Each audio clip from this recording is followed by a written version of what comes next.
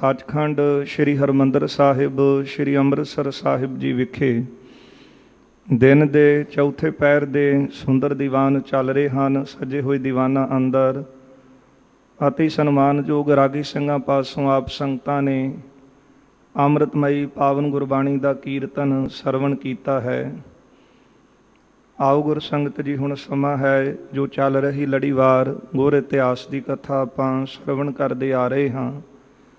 ਘਰਾਂ ਵਿੱਚ ਵੀ ਸੰਗਤਾਂ PTC ਸਿਮਰਨ ਦੇ ਮਾਧਿਅਮ ਰਾਹੀਂ ਗੁਰ ਇਤਿਹਾਸ ਦੀ ਕਥਾ ਸਰਵਣ ਕਰਕੇ ਲਾਹੇ ਪ੍ਰਾਪਤ ਕਰਦੀਆਂ ਨੇ। ਕੱਲ੍ਹ ਦੇ ਦੀਵਾਨਾਂ ਵਿੱਚ ਆਪਾਂ ਸਰਵਣ ਕੀਤਾ ਸੀ ਸ਼ਹੀਦਾਂ ਦੇ ਸਰਤਾਜ ਪੰਚਮ ਪਾਤਸ਼ਾਹ ਧੰਨ ਗੁਰੂ ਸ੍ਰੀ ਗੁਰੂ ਅਰਜਨ ਦੇਵ ਸਾਹਿਬ ਸੱਚੇ ਪਾਤਸ਼ਾਹ ਜੀ ਸ੍ਰੀ ਅੰਮ੍ਰਿਤਸਰ ਸਾਹਿਬ ਦੀ ਪਾਵਨ ਧਰਤੀ 'ਤੇ ਬਿਰਾਜਮਾਨ ਨੇ। ਸਤਿਗੁਰੂ ਜੀ ਦੇ ਚਰਨਾਂ ਵਿੱਚ ਬੇਨਤੀ ਸਿੱਖ ਮਹਾਰਾਜ ਜੀ ਦੀ ਪਾਵਨ ਹਜ਼ੂਰੀ ਵਿੱਚ ਬਿਰਾਜਮਾਨ ਨੇ। ਆਈਆਂ ਸੰਗਤਾਂ ਦੇ ਤਾਂ ਹੀ ਸਤਿਗੁਰੂ ਜੀ ਉਪਦੇਸ਼ ਦੇ ਕੇ ਉਹਨਾਂ ਦੀ ਰੂਹ ਦੀ ਕਲਿਆਣ ਬਖਸ਼ਦੇ ਹਨ, ਆਤਮਾ ਦਾ ਗਿਆਨ ਬਖਸ਼ਦੇ ਨੇ। ਇੱਕ ਦਿਨ ਗੁਰੂ ਸਾਹਿਬ ਜੀ ਦੇ ਹਿਰਦੇ ਵਿੱਚ ਵਿਚਾਰ ਆਈ ਹੈ ਕਿ ਗੁਰੂ ਸਾਹਿਬਾਨਾਂ ਦੇ ਜਿਹੜੇ ਸ਼ਬਦ ਨੇ ਉਹ ਇਕੱਤਰ ਕਰੀਏ ਇੱਕ ਥਾਂ ਦੇ ਉੱਤੇ। ਜਿਸ ਪਾਵਨ ਸ਼ਬਦ ਨੂੰ, ਬਾਣੀ ਨੂੰ ਪੜ੍ਹ ਸੁਣ ਕੇ ਸਿੱਖ ਸੁੱਖ ਪ੍ਰਾਪਤ ਕਰਨ ਅਤੇ ਸਿੱਖੀ ਦੇ ਵਿੱਚ ਪਰਪੱਕ ਰਹਿਣ। ਇੱਕ ਦਿਨ ਸਤਿਗੁਰੂ ਜੀ ਸਭਾ ਦੇ ਵਿੱਚ ਬਿਰਾਜਮਾਨ ਨੇ, ਸੰਗਤਾਂ ਬੈਠੀਆਂ ਨੇ। ਸਤਿਨਾਮ ਦਾ, ਪਰਮੇਸ਼ਰ ਦੇ ਨਾਮ ਜਪਣ ਦਾ ਉਪਦੇਸ਼ ਦੇ ਰਹੇ ਹਨ। ਇੱਕ ਸਿੱਖ ਹੱਥ ਜੋੜ ਕੇ ਬੇਨਤੀ ਕਰਦਾ ਹੈ, ਜਿਸ ਤਰ੍ਹਾਂ ਉਹ ਸਿੱਖ ਨੇ ਗੁਰੂ ਸਾਹਿਬ ਜੀ ਦੇ ਚਰਨਾਂ 'ਚ ਬੇਨਤੀ ਕੀਤੀ, ਮਹਾਰਾਜ ਤੁਹਾਡੀ ਬਾਣੀ ਸਾਡੀ ਕਲਿਆਣ ਕਰਨ ਵਾਲੀ ਹੈ, ਪਰ ਕੁਝ ਪ੍ਰਿਥੀ ਚੰਦ ਅਤੇ ਇਤਿਆਦਿਕ ਹੋਰ ਕਈ ਆਪਣੇ ਆਪ ਦੇ ਵਿੱਚ ਗੁਰੂ ਬਣ ਬੈਠੇ ਜਿਹੜੇ ਨੇ, ਉਹ ਵੀ ਇਸੇ ਤਰ੍ਹਾਂ ਸ਼ਬਦ ਉਚਾਰਦੇ ਨੇ ਅਤੇ ਅਖੀਰ 'ਤੇ ਨਾਨਕ ਪਦ ਦੀ ਵਰਤੋਂ ਕਰਦੇ ਨੇ। ਮਹਾਰਾਜ ਕਿਰਪਾ ਕਰੋ ਅਤੇ ਬਾਣੀ ਇਕੱਤਰ ਕਰੋ, ਇਹ ਬਾਣੀ ਵੱਖ ਹੋ ਜਾਵੇ। ਜਿਹੜੀ ਗੁਰੂ ਸਾਹਿਬਾਨਾਂ ਦੀ ਬਾਣੀ ਹੈ ਉਹਨੂੰ ਸਿੱਖ ਪੜ੍ਹ ਸੁਣ ਕੇ ਆਨੰਦ ਲੈ ਸਕਣ, ਜਿਸ ਤਰ੍ਹਾਂ ਸਤਿਗੁਰੂ ਜੀ ਨੇ ਸਿੱਖਾਂ ਦੀ ਬੇਨਤੀ ਨੂੰ ਵੀ ਪ੍ਰਵਾਨ ਕੀਤਾ ਹੈ। ਸਾਧ ਸੰਗਤ, ਪਹਿਲਾ ਕਾਰਨ ਤੇ ਆਪਾਂ ਇਹ ਸਰਵਣ ਕੀਤਾ ਹੈ ਕਿ ਸ਼ਬਦ ਕਰਤ ਚਿਤ ਚਿਤਵਤੇ ਇੱਕ ਥਾਨ ਲਿਖੀਜੈ। ਇਹ ਗੁਰੂ ਅਰਜਨ ਦੇਵ ਸਾਹਿਬ ਸੱਚੇ ਪਾਤਸ਼ਾਹ ਜੀ ਨੇ ਪਹਿਲਾਂ ਹੀ ਚਿੱਤ ਵਿੱਚ ਵਿਚਾਰ ਕੀਤੀ। ਜਦੋਂ ਗੁਰੂ ਅਰਜਨ ਦੇਵ ਸਾਹਿਬ ਜੀ ਦਾ ਆਗਮਨ ਹੋਇਆ ਗੋਇੰਦਵਾਲ ਸਾਹਿਬ ਦੀ ਪਾਵਨ ਧਰਤੀ 'ਤੇ, ਨਾਨਾ ਗੁਰੂ ਧੰਨ ਗੁਰੂ ਅਮਰਦਾਸ ਜੀ ਗੁਰਤਾ ਗੱਦੀ 'ਤੇ ਬਿਰਾਜਮਾਨ ਨੇ। ਸਤਿਗੁਰੂ ਜੀ ਬਾਲ ਅਵਸਥਾ ਵਿੱਚ ਰਿੜ੍ਹਦੇ ਨਾਨੇ ਗੁਰੂ ਦੇ ਪਲੰਗੇ ਨੂੰ ਫੜ ਕੇ ਸਤਿਗੁਰੂ ਖੜ੍ਹੇ ਹੋਣ ਲੱਗੇ। ਉਹ ਪਲੰਗ ਹਿੱਲਿਆ ਅਤੇ ਗੁਰੂ ਅਮਰਦਾਸ ਮਹਾਰਾਜ ਜੀ ਨੇ 3 ਇਹ ਵਾਕ ਕਹੇ ਸਨ ਜੋ ਆਪਾਂ ਨੂੰ ਇਤਿਹਾਸ ਵਿੱਚ ਮਿਲਦੇ ਨੇ। ਕੌਣ ਪ੍ਰਗਟਿਓ ਪੁਰਖ ਅਵਤਾਰੀ, ਜਿਨ ਮੰਜੀ ਹਿਲਾਈ ਸਾਰੀ।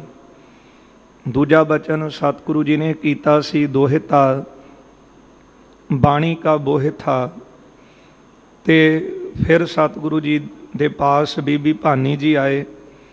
ਉਹਨਾਂ ਨੇ ਹੱਥ ਜੋੜ ਕੇ ਬੇਨਤੀ ਕੀਤੀ, ਪਿਤਾ ਸਤਿਗੁਰੂ ਜੀ, ਇਹ ਕੋਈ ਹੋਰ ਨਹੀਂ, ਤੁਹਾਡਾ ਹੀ ਦੋਹਿਤਾ ਹੈ।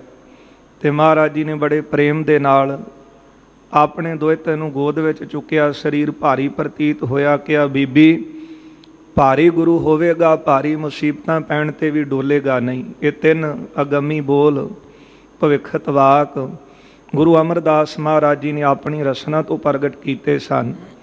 ਜਿਹੜਾ ਬਚਨ ਇਹਨਾਂ ਅਧਿਆਇਆਂ ਦੇ ਨਾਲ ਢੁਕਦਾ ਹੈ, ਦੋਹਿਤਾ, ਬਾਣੀ ਕਾ ਬੋਹਿਥਾ। ਜਿਹੜੀ ਡਿਊਟੀ ਗੁਰੂ ਅਰਜਨ ਦੇਵ ਸਾਹਿਬ ਜੀ ਦੀ ਲੱਗੀ ਧੁਰ ਦਰਗਾਹ ਤੋਂ ਕਿ 5ਵੇਂ ਸਰੂਪ ਦੇ ਵਿੱਚ ਇਹ ਨਿਭਾਉਣੀ ਹੈ, ਉਹ ਗੁਰੂ ਸਾਹਿਬ ਜੀ ਨੇ ਕਾਰਜ ਦੀ ਵਿਚਾਰ ਕੀਤੀ ਹੈ ਕਿ ਗੁਰਸਿੱਖਾਂ ਵਾਸਤੇ ਬਾਣੀ, ਇਹ ਅਖੰਡ ਬਾਣੀ ਸ਼੍ਰੀ ਗੁਰੂ ਗ੍ਰੰਥ ਸਾਹਿਬ ਜੀ ਦੀ ਇਸੇ ਤਰ੍ਹਾਂ ਕਾਇਮ ਰਹੇ, ਜਿਹਦੇ ਨਾਲ ਸਿੱਖੀ ਜਿਹੜੀ ਹੈ ਉਹ ਕਾਇਮ ਰਹੇਗੀ। ਸਾਧ ਸੰਗਤ, ਜਿਸ ਤਰ੍ਹਾਂ ਅੱਗੇ ਲੜੀਵਾਰ ਕਥਾ ਆ ਰਹੀ ਆ, ਉਹ ਮਨ ਬਿਰਤੀਆਂ ਗੁਰੂ ਚਰਨਾਂ ਦੇ ਵਿੱਚ ਜੋੜ ਕੇ ਸਤਿਗੁਰੂ ਸਾਹਿਬ ਜੀ ਦੀ ਅੰਮ੍ਰਿਤਮਈ ਜੀਵਨ ਗੁਰਬਾਣੀ ਦੀ ਕਥਾ, ਅੰਮ੍ਰਿਤਮਈ ਗੁਰ ਇਤਿਹਾਸ ਦੀ ਕਥਾ ਸਰਵਣ ਕਰਕੇ ਲਾਹੇ ਪ੍ਰਾਪਤ ਕਰੀਏ। ਸਮੁੱਚੀ ਸੰਗਤ ਦਿਓ ਅਸੀਸ। ਰਸਨਾ ਕਰੋ ਪਵਿੱਤਰ, ਪਿਆਰ ਸਤਿਕਾਰ ਸਹਿਤ ਲਵਾਓ ਹਾਜ਼ਰੀਆਂ। ਉਚਾਰਨ ਕਰੋ ਜੀ। ਸਤਨਾਮ ਸ੍ਰੀ ਵਾਹਿਗੁਰੂ ਸਾਹਿਬ ਜੀ। ਸਤਨਾਮ ਸ੍ਰੀ ਵਾਹਿਗੁਰੂ ਸਾਹਿਬ ਜੀ। ਇਕ ਸਿੱਖ ਬੋਲਿਓ ਜੋਰ ਕਰ, ਗੁਰ ਜੀ ਸੁਨ ਲੀਜਾ। ਧੰਨ ਗੁਰੂ ਅਰਜਨ ਦੇਵ ਸਾਹਿਬ ਸੱਚੇ ਪਾਤਸ਼ਾਹ ਜੀ ਸਭਾ ਲਾ ਕੇ ਸੰਗਤ ਦੀ ਬੈਠੇ ਨੇ। ਸਾਰੇ ਮਹਾਨ ਗੁਰਸਿੱਖ ਸੰਗਤ ਵਿੱਚ ਬਿਰਾਜਮਾਨ ਨੇ। ਬਾਬਾ ਬੁੱਢਾ ਸਾਹਿਬ ਜੀ ਪੂਰਨ ਬ੍ਰਹਮ ਗਿਆਨੀ, ਇਸੇ ਤਰ੍ਹਾਂ ਸਿੱਖ ਧਰਮ ਦੇ ਮਹਾਨ ਵਿਦਵਾਨ ਭਾਈ ਸਾਹਿਬ ਭਾਈ ਗੁਰਦਾਸ ਸਾਹਿਬ ਜੀ, ਗੁਰੂ ਸਾਹਿਬ ਜੀ ਦੇ ਅਨੰਨ ਸੇਵਕ ਭਗਤ ਭਾਈ ਸ਼ਾਲੋ ਜੀ, ਭਾਈ ਪੈੜਾ ਜੀ, ਇਹ ਸਾਰੇ ਮੁਖੀ ਸਿੱਖ ਸਤਿਗੁਰਾਂ ਦੀ ਹਜ਼ੂਰੀ ਵਿੱਚ ਬੈਠੇ ਨੇ। ਭਰੀ ਸੰਗਤ ਵਿੱਚੋਂ ਇੱਕ ਸਿੱਖ ਉੱਠਿਆ ਤੇ ਉਹ ਸਿੱਖ ਨੇ ਸਤਿਗੁਰਾਂ ਨੂੰ ਹੱਥ ਜੋੜ ਕੇ ਬੇਨਤੀ ਕੀਤੀ ਹੈ, ਗੁਰਦੇਵ ਸਤਿਗੁਰੂ ਜੀ, ਮੇਰੀ ਬੇਨਤੀ ਹੈ ਤੁਹਾਡੇ ਚਰਨਾਂ ਵਿੱਚ ਸਰਵਣ ਕਰੋ। ਬੇਨਤੀ ਨੂੰ ਸੁਣੋ। ਪ੍ਰਿਥਿਆ ਆਦਿਕ ਅਪਰ ਬਹੁ ਤਿਨ ਕਰਮ ਲਖੀਜਾ। ਬਾਬਾ ਪ੍ਰਿਥੀ ਚੰਦ ਅਤੇ ਹੋਰ ਕੁਝ ਐਸੇ ਦੇਹਧਾਰੀ ਗੁਰੂ ਬਣ ਕੇ ਬੈਠੇ ਨੇ, ਉਹਨਾਂ ਦੇ ਕਰਮ ਸੁਣੋ, ਉਹਨਾਂ ਦੇ ਕੰਮ ਸੁਣੋ, ਇਹ ਕੀ ਕਰਦੇ ਹਨ। ਆਪ ਬਨਾਵਤ ਸ਼ਬਦ ਕੋ ਨਿਜ ਬੋਧ ਅਨੁਸਾਰੀ। ਆਪਣੀ ਬੁੱਧ ਅਨੁਸਾਰ, ਆਪਣੀ ਮਤ ਅਨੁਸਾਰ ਉਹ ਸ਼ਬਦ ਬਣਾਉਂਦੇ ਨੇ, ਸ਼ਬਦ ਲਿਖਦੇ ਨੇ, ਸ਼ਬਦ ਉਚਾਰਦੇ ਹਨ। ਸ਼੍ਰੀ ਨਾਨਕ ਕੋ ਨਾਮ ਸ਼ੁਭ ਧਰ ਦੇਤ ਮਝਾਰੀ। ਪਰ ਅਖੀਰ ਤੇ ਨਾਨਕ ਪਦ ਦੀ ਵਰਤੋਂ ਕਰਦੇ ਨੇ। ਜਿਸ ਤਰ੍ਹਾਂ ਤੁਹਾਡੀ ਬਾਣੀ ਪੜ੍ਹਦੇ ਆ, ਅਖੀਰ ਤੇ ਨਾਨਕ ਪਦ ਆਉਂਦਾ ਏ, ਜਿਹਨੂੰ ਪੜ੍ਹ ਕੇ ਸਿੱਖ ਜਾਣ ਲੈਂਦੇ ਨੇ ਕਿ ਗੁਰੂ ਸਾਹਿਬਾਨਾਂ ਦੀ ਉਚਾਰਨ ਕੀਤੀ ਬਾਣੀ। ਮਹਾਰਾਜ ਇਸੇ ਤਰ੍ਹਾਂ ਹੁਣ ਪ੍ਰਿਥੀ ਚੰਦ ਅਤੇ ਹੋਰ ਕੁਝ ਲੋਕ ਉਹ ਵੀ ਇਸ ਤਰ੍ਹਾਂ ਬਾਣੀ ਲਿਖਣ ਲੱਗ ਪਏ ਨੇ ਤੇ ਅਖੀਰ ਤੇ ਨਾਨਕ ਪਦ ਦੀ ਵਰਤੋਂ ਕਰਦੇ ਨੇ। ਜਿਹੜੀ ਨਾਨਕ ਮੋਹਰ ਛਾਪ ਹੈ ਉਹ ਲਾ ਦਿੰਦੇ ਹਨ। ਕੋਈ ਸਕੈ ਪਛਾਨ ਕਰ, ਕੋ ਸਕੈ ਨ ਜਾਣੀ। ਕਈ ਤਾਂ ਗੁਰੂ ਕੇ ਸਿੱਖ ਆਪ ਜੀ ਦੇ ਨੇੜੇ ਰਹਿਣ ਵਾਲੇ ਬਾਣੀ ਦੇ ਅਭਿਆਸੀ ਜਿਹੜੇ ਨੇ, ਉਹ ਤਾਂ ਮਹਾਰਾਜ ਪਛਾਣ ਲੈਂਦੇ। ਬਾਬਾ ਬੁੱਢਾ ਸਾਹਿਬ ਜੀ ਪੂਰਨ ਬ੍ਰਹਮ ਗਿਆਨੀ, ਐਸੇ ਮਹਾਂਪੁਰਸ਼ ਭਾਈ ਗੁਰਦਾਸ ਸਾਹਿਬ ਜੀ, ਇਹਨਾਂ ਮਹਾਨ ਗੁਰਸਿੱਖਾਂ ਨੂੰ ਤਾਂ ਗਿਆਨ ਹੈ, ਇਹ ਪਛਾਣ ਲੈਂਦੇ ਨੇ ਕਿ ਗੁਰੂ ਦੀ ਬਾਣੀ ਹੈ ਤੇ ਇਹ ਕਿਸੇ ਹੋਰ ਦੀ। ਕੁਝ ਤਾਂ ਇਸ ਗੱਲ ਦੀ ਪਰਖ ਰੱਖਦੇ ਹਨ। ਅਲਪ ਮਤੀ ਆਛੈ ਗੁਰੂ ਕਿਮ ਸਕਹਿ ਬਖਾਨੀ। ਪਰ ਸਤਿਗੁਰੂ ਜੀ ਜਿਨ੍ਹਾਂ ਦੀ ਮਤ ਬਹੁਤ ਛੋਟੀ ਹੈ, ਜਿਨ੍ਹਾਂ ਨੂੰ ਬਾਣੀ ਦਾ ਇੰਨਾ ਗਿਆਨ ਨਹੀਂ, ਉਹ ਇਹ ਆਸ਼ੇ ਨੂੰ ਕਿਸ ਤਰ੍ਹਾਂ ਸਮਝ ਸਕਣਗੇ ਕਿ ਬਾਣੀ ਪੂਰੇ ਦੀ ਹੈ, ਇਹ ਕਿਸੇ ਦੇਹਧਾਰੀ ਨੇ ਉਚਾਰਨ ਕੀਤੀ। ਜਾਂ ਜਿਹੜੇ ਛੋਟੀ ਮਤ ਵਾਲੇ ਲੋਕ ਨੇ, ਇਹ ਪੂਰੇ ਗੁਰੂ ਦਾ ਆਸ਼ਾ ਕੀ ਸਮਝਦੇ ਨੇ, ਪੂਰੇ ਗੁਰੂ ਦੀ ਬਰਾਬਰੀ ਇਹ ਕਿਸ ਤਰ੍ਹਾਂ ਕਰ ਸਕਦੇ ਨੇ। ਰਲ ਜਾਹੈ ਇਮ ਸਕਲ ਹੀ ਗੁਰਮਤਿ ਬਿਗਰਾਹ। ਇਸ ਤਰ੍ਹਾਂ ਉਹਨਾਂ ਦੇ ਸ਼ਬਦ ਵੀ ਪਾਵਨ ਬਾਣੀ ਦੇ ਨਾਲ ਰਲ ਜਾਣਗੇ।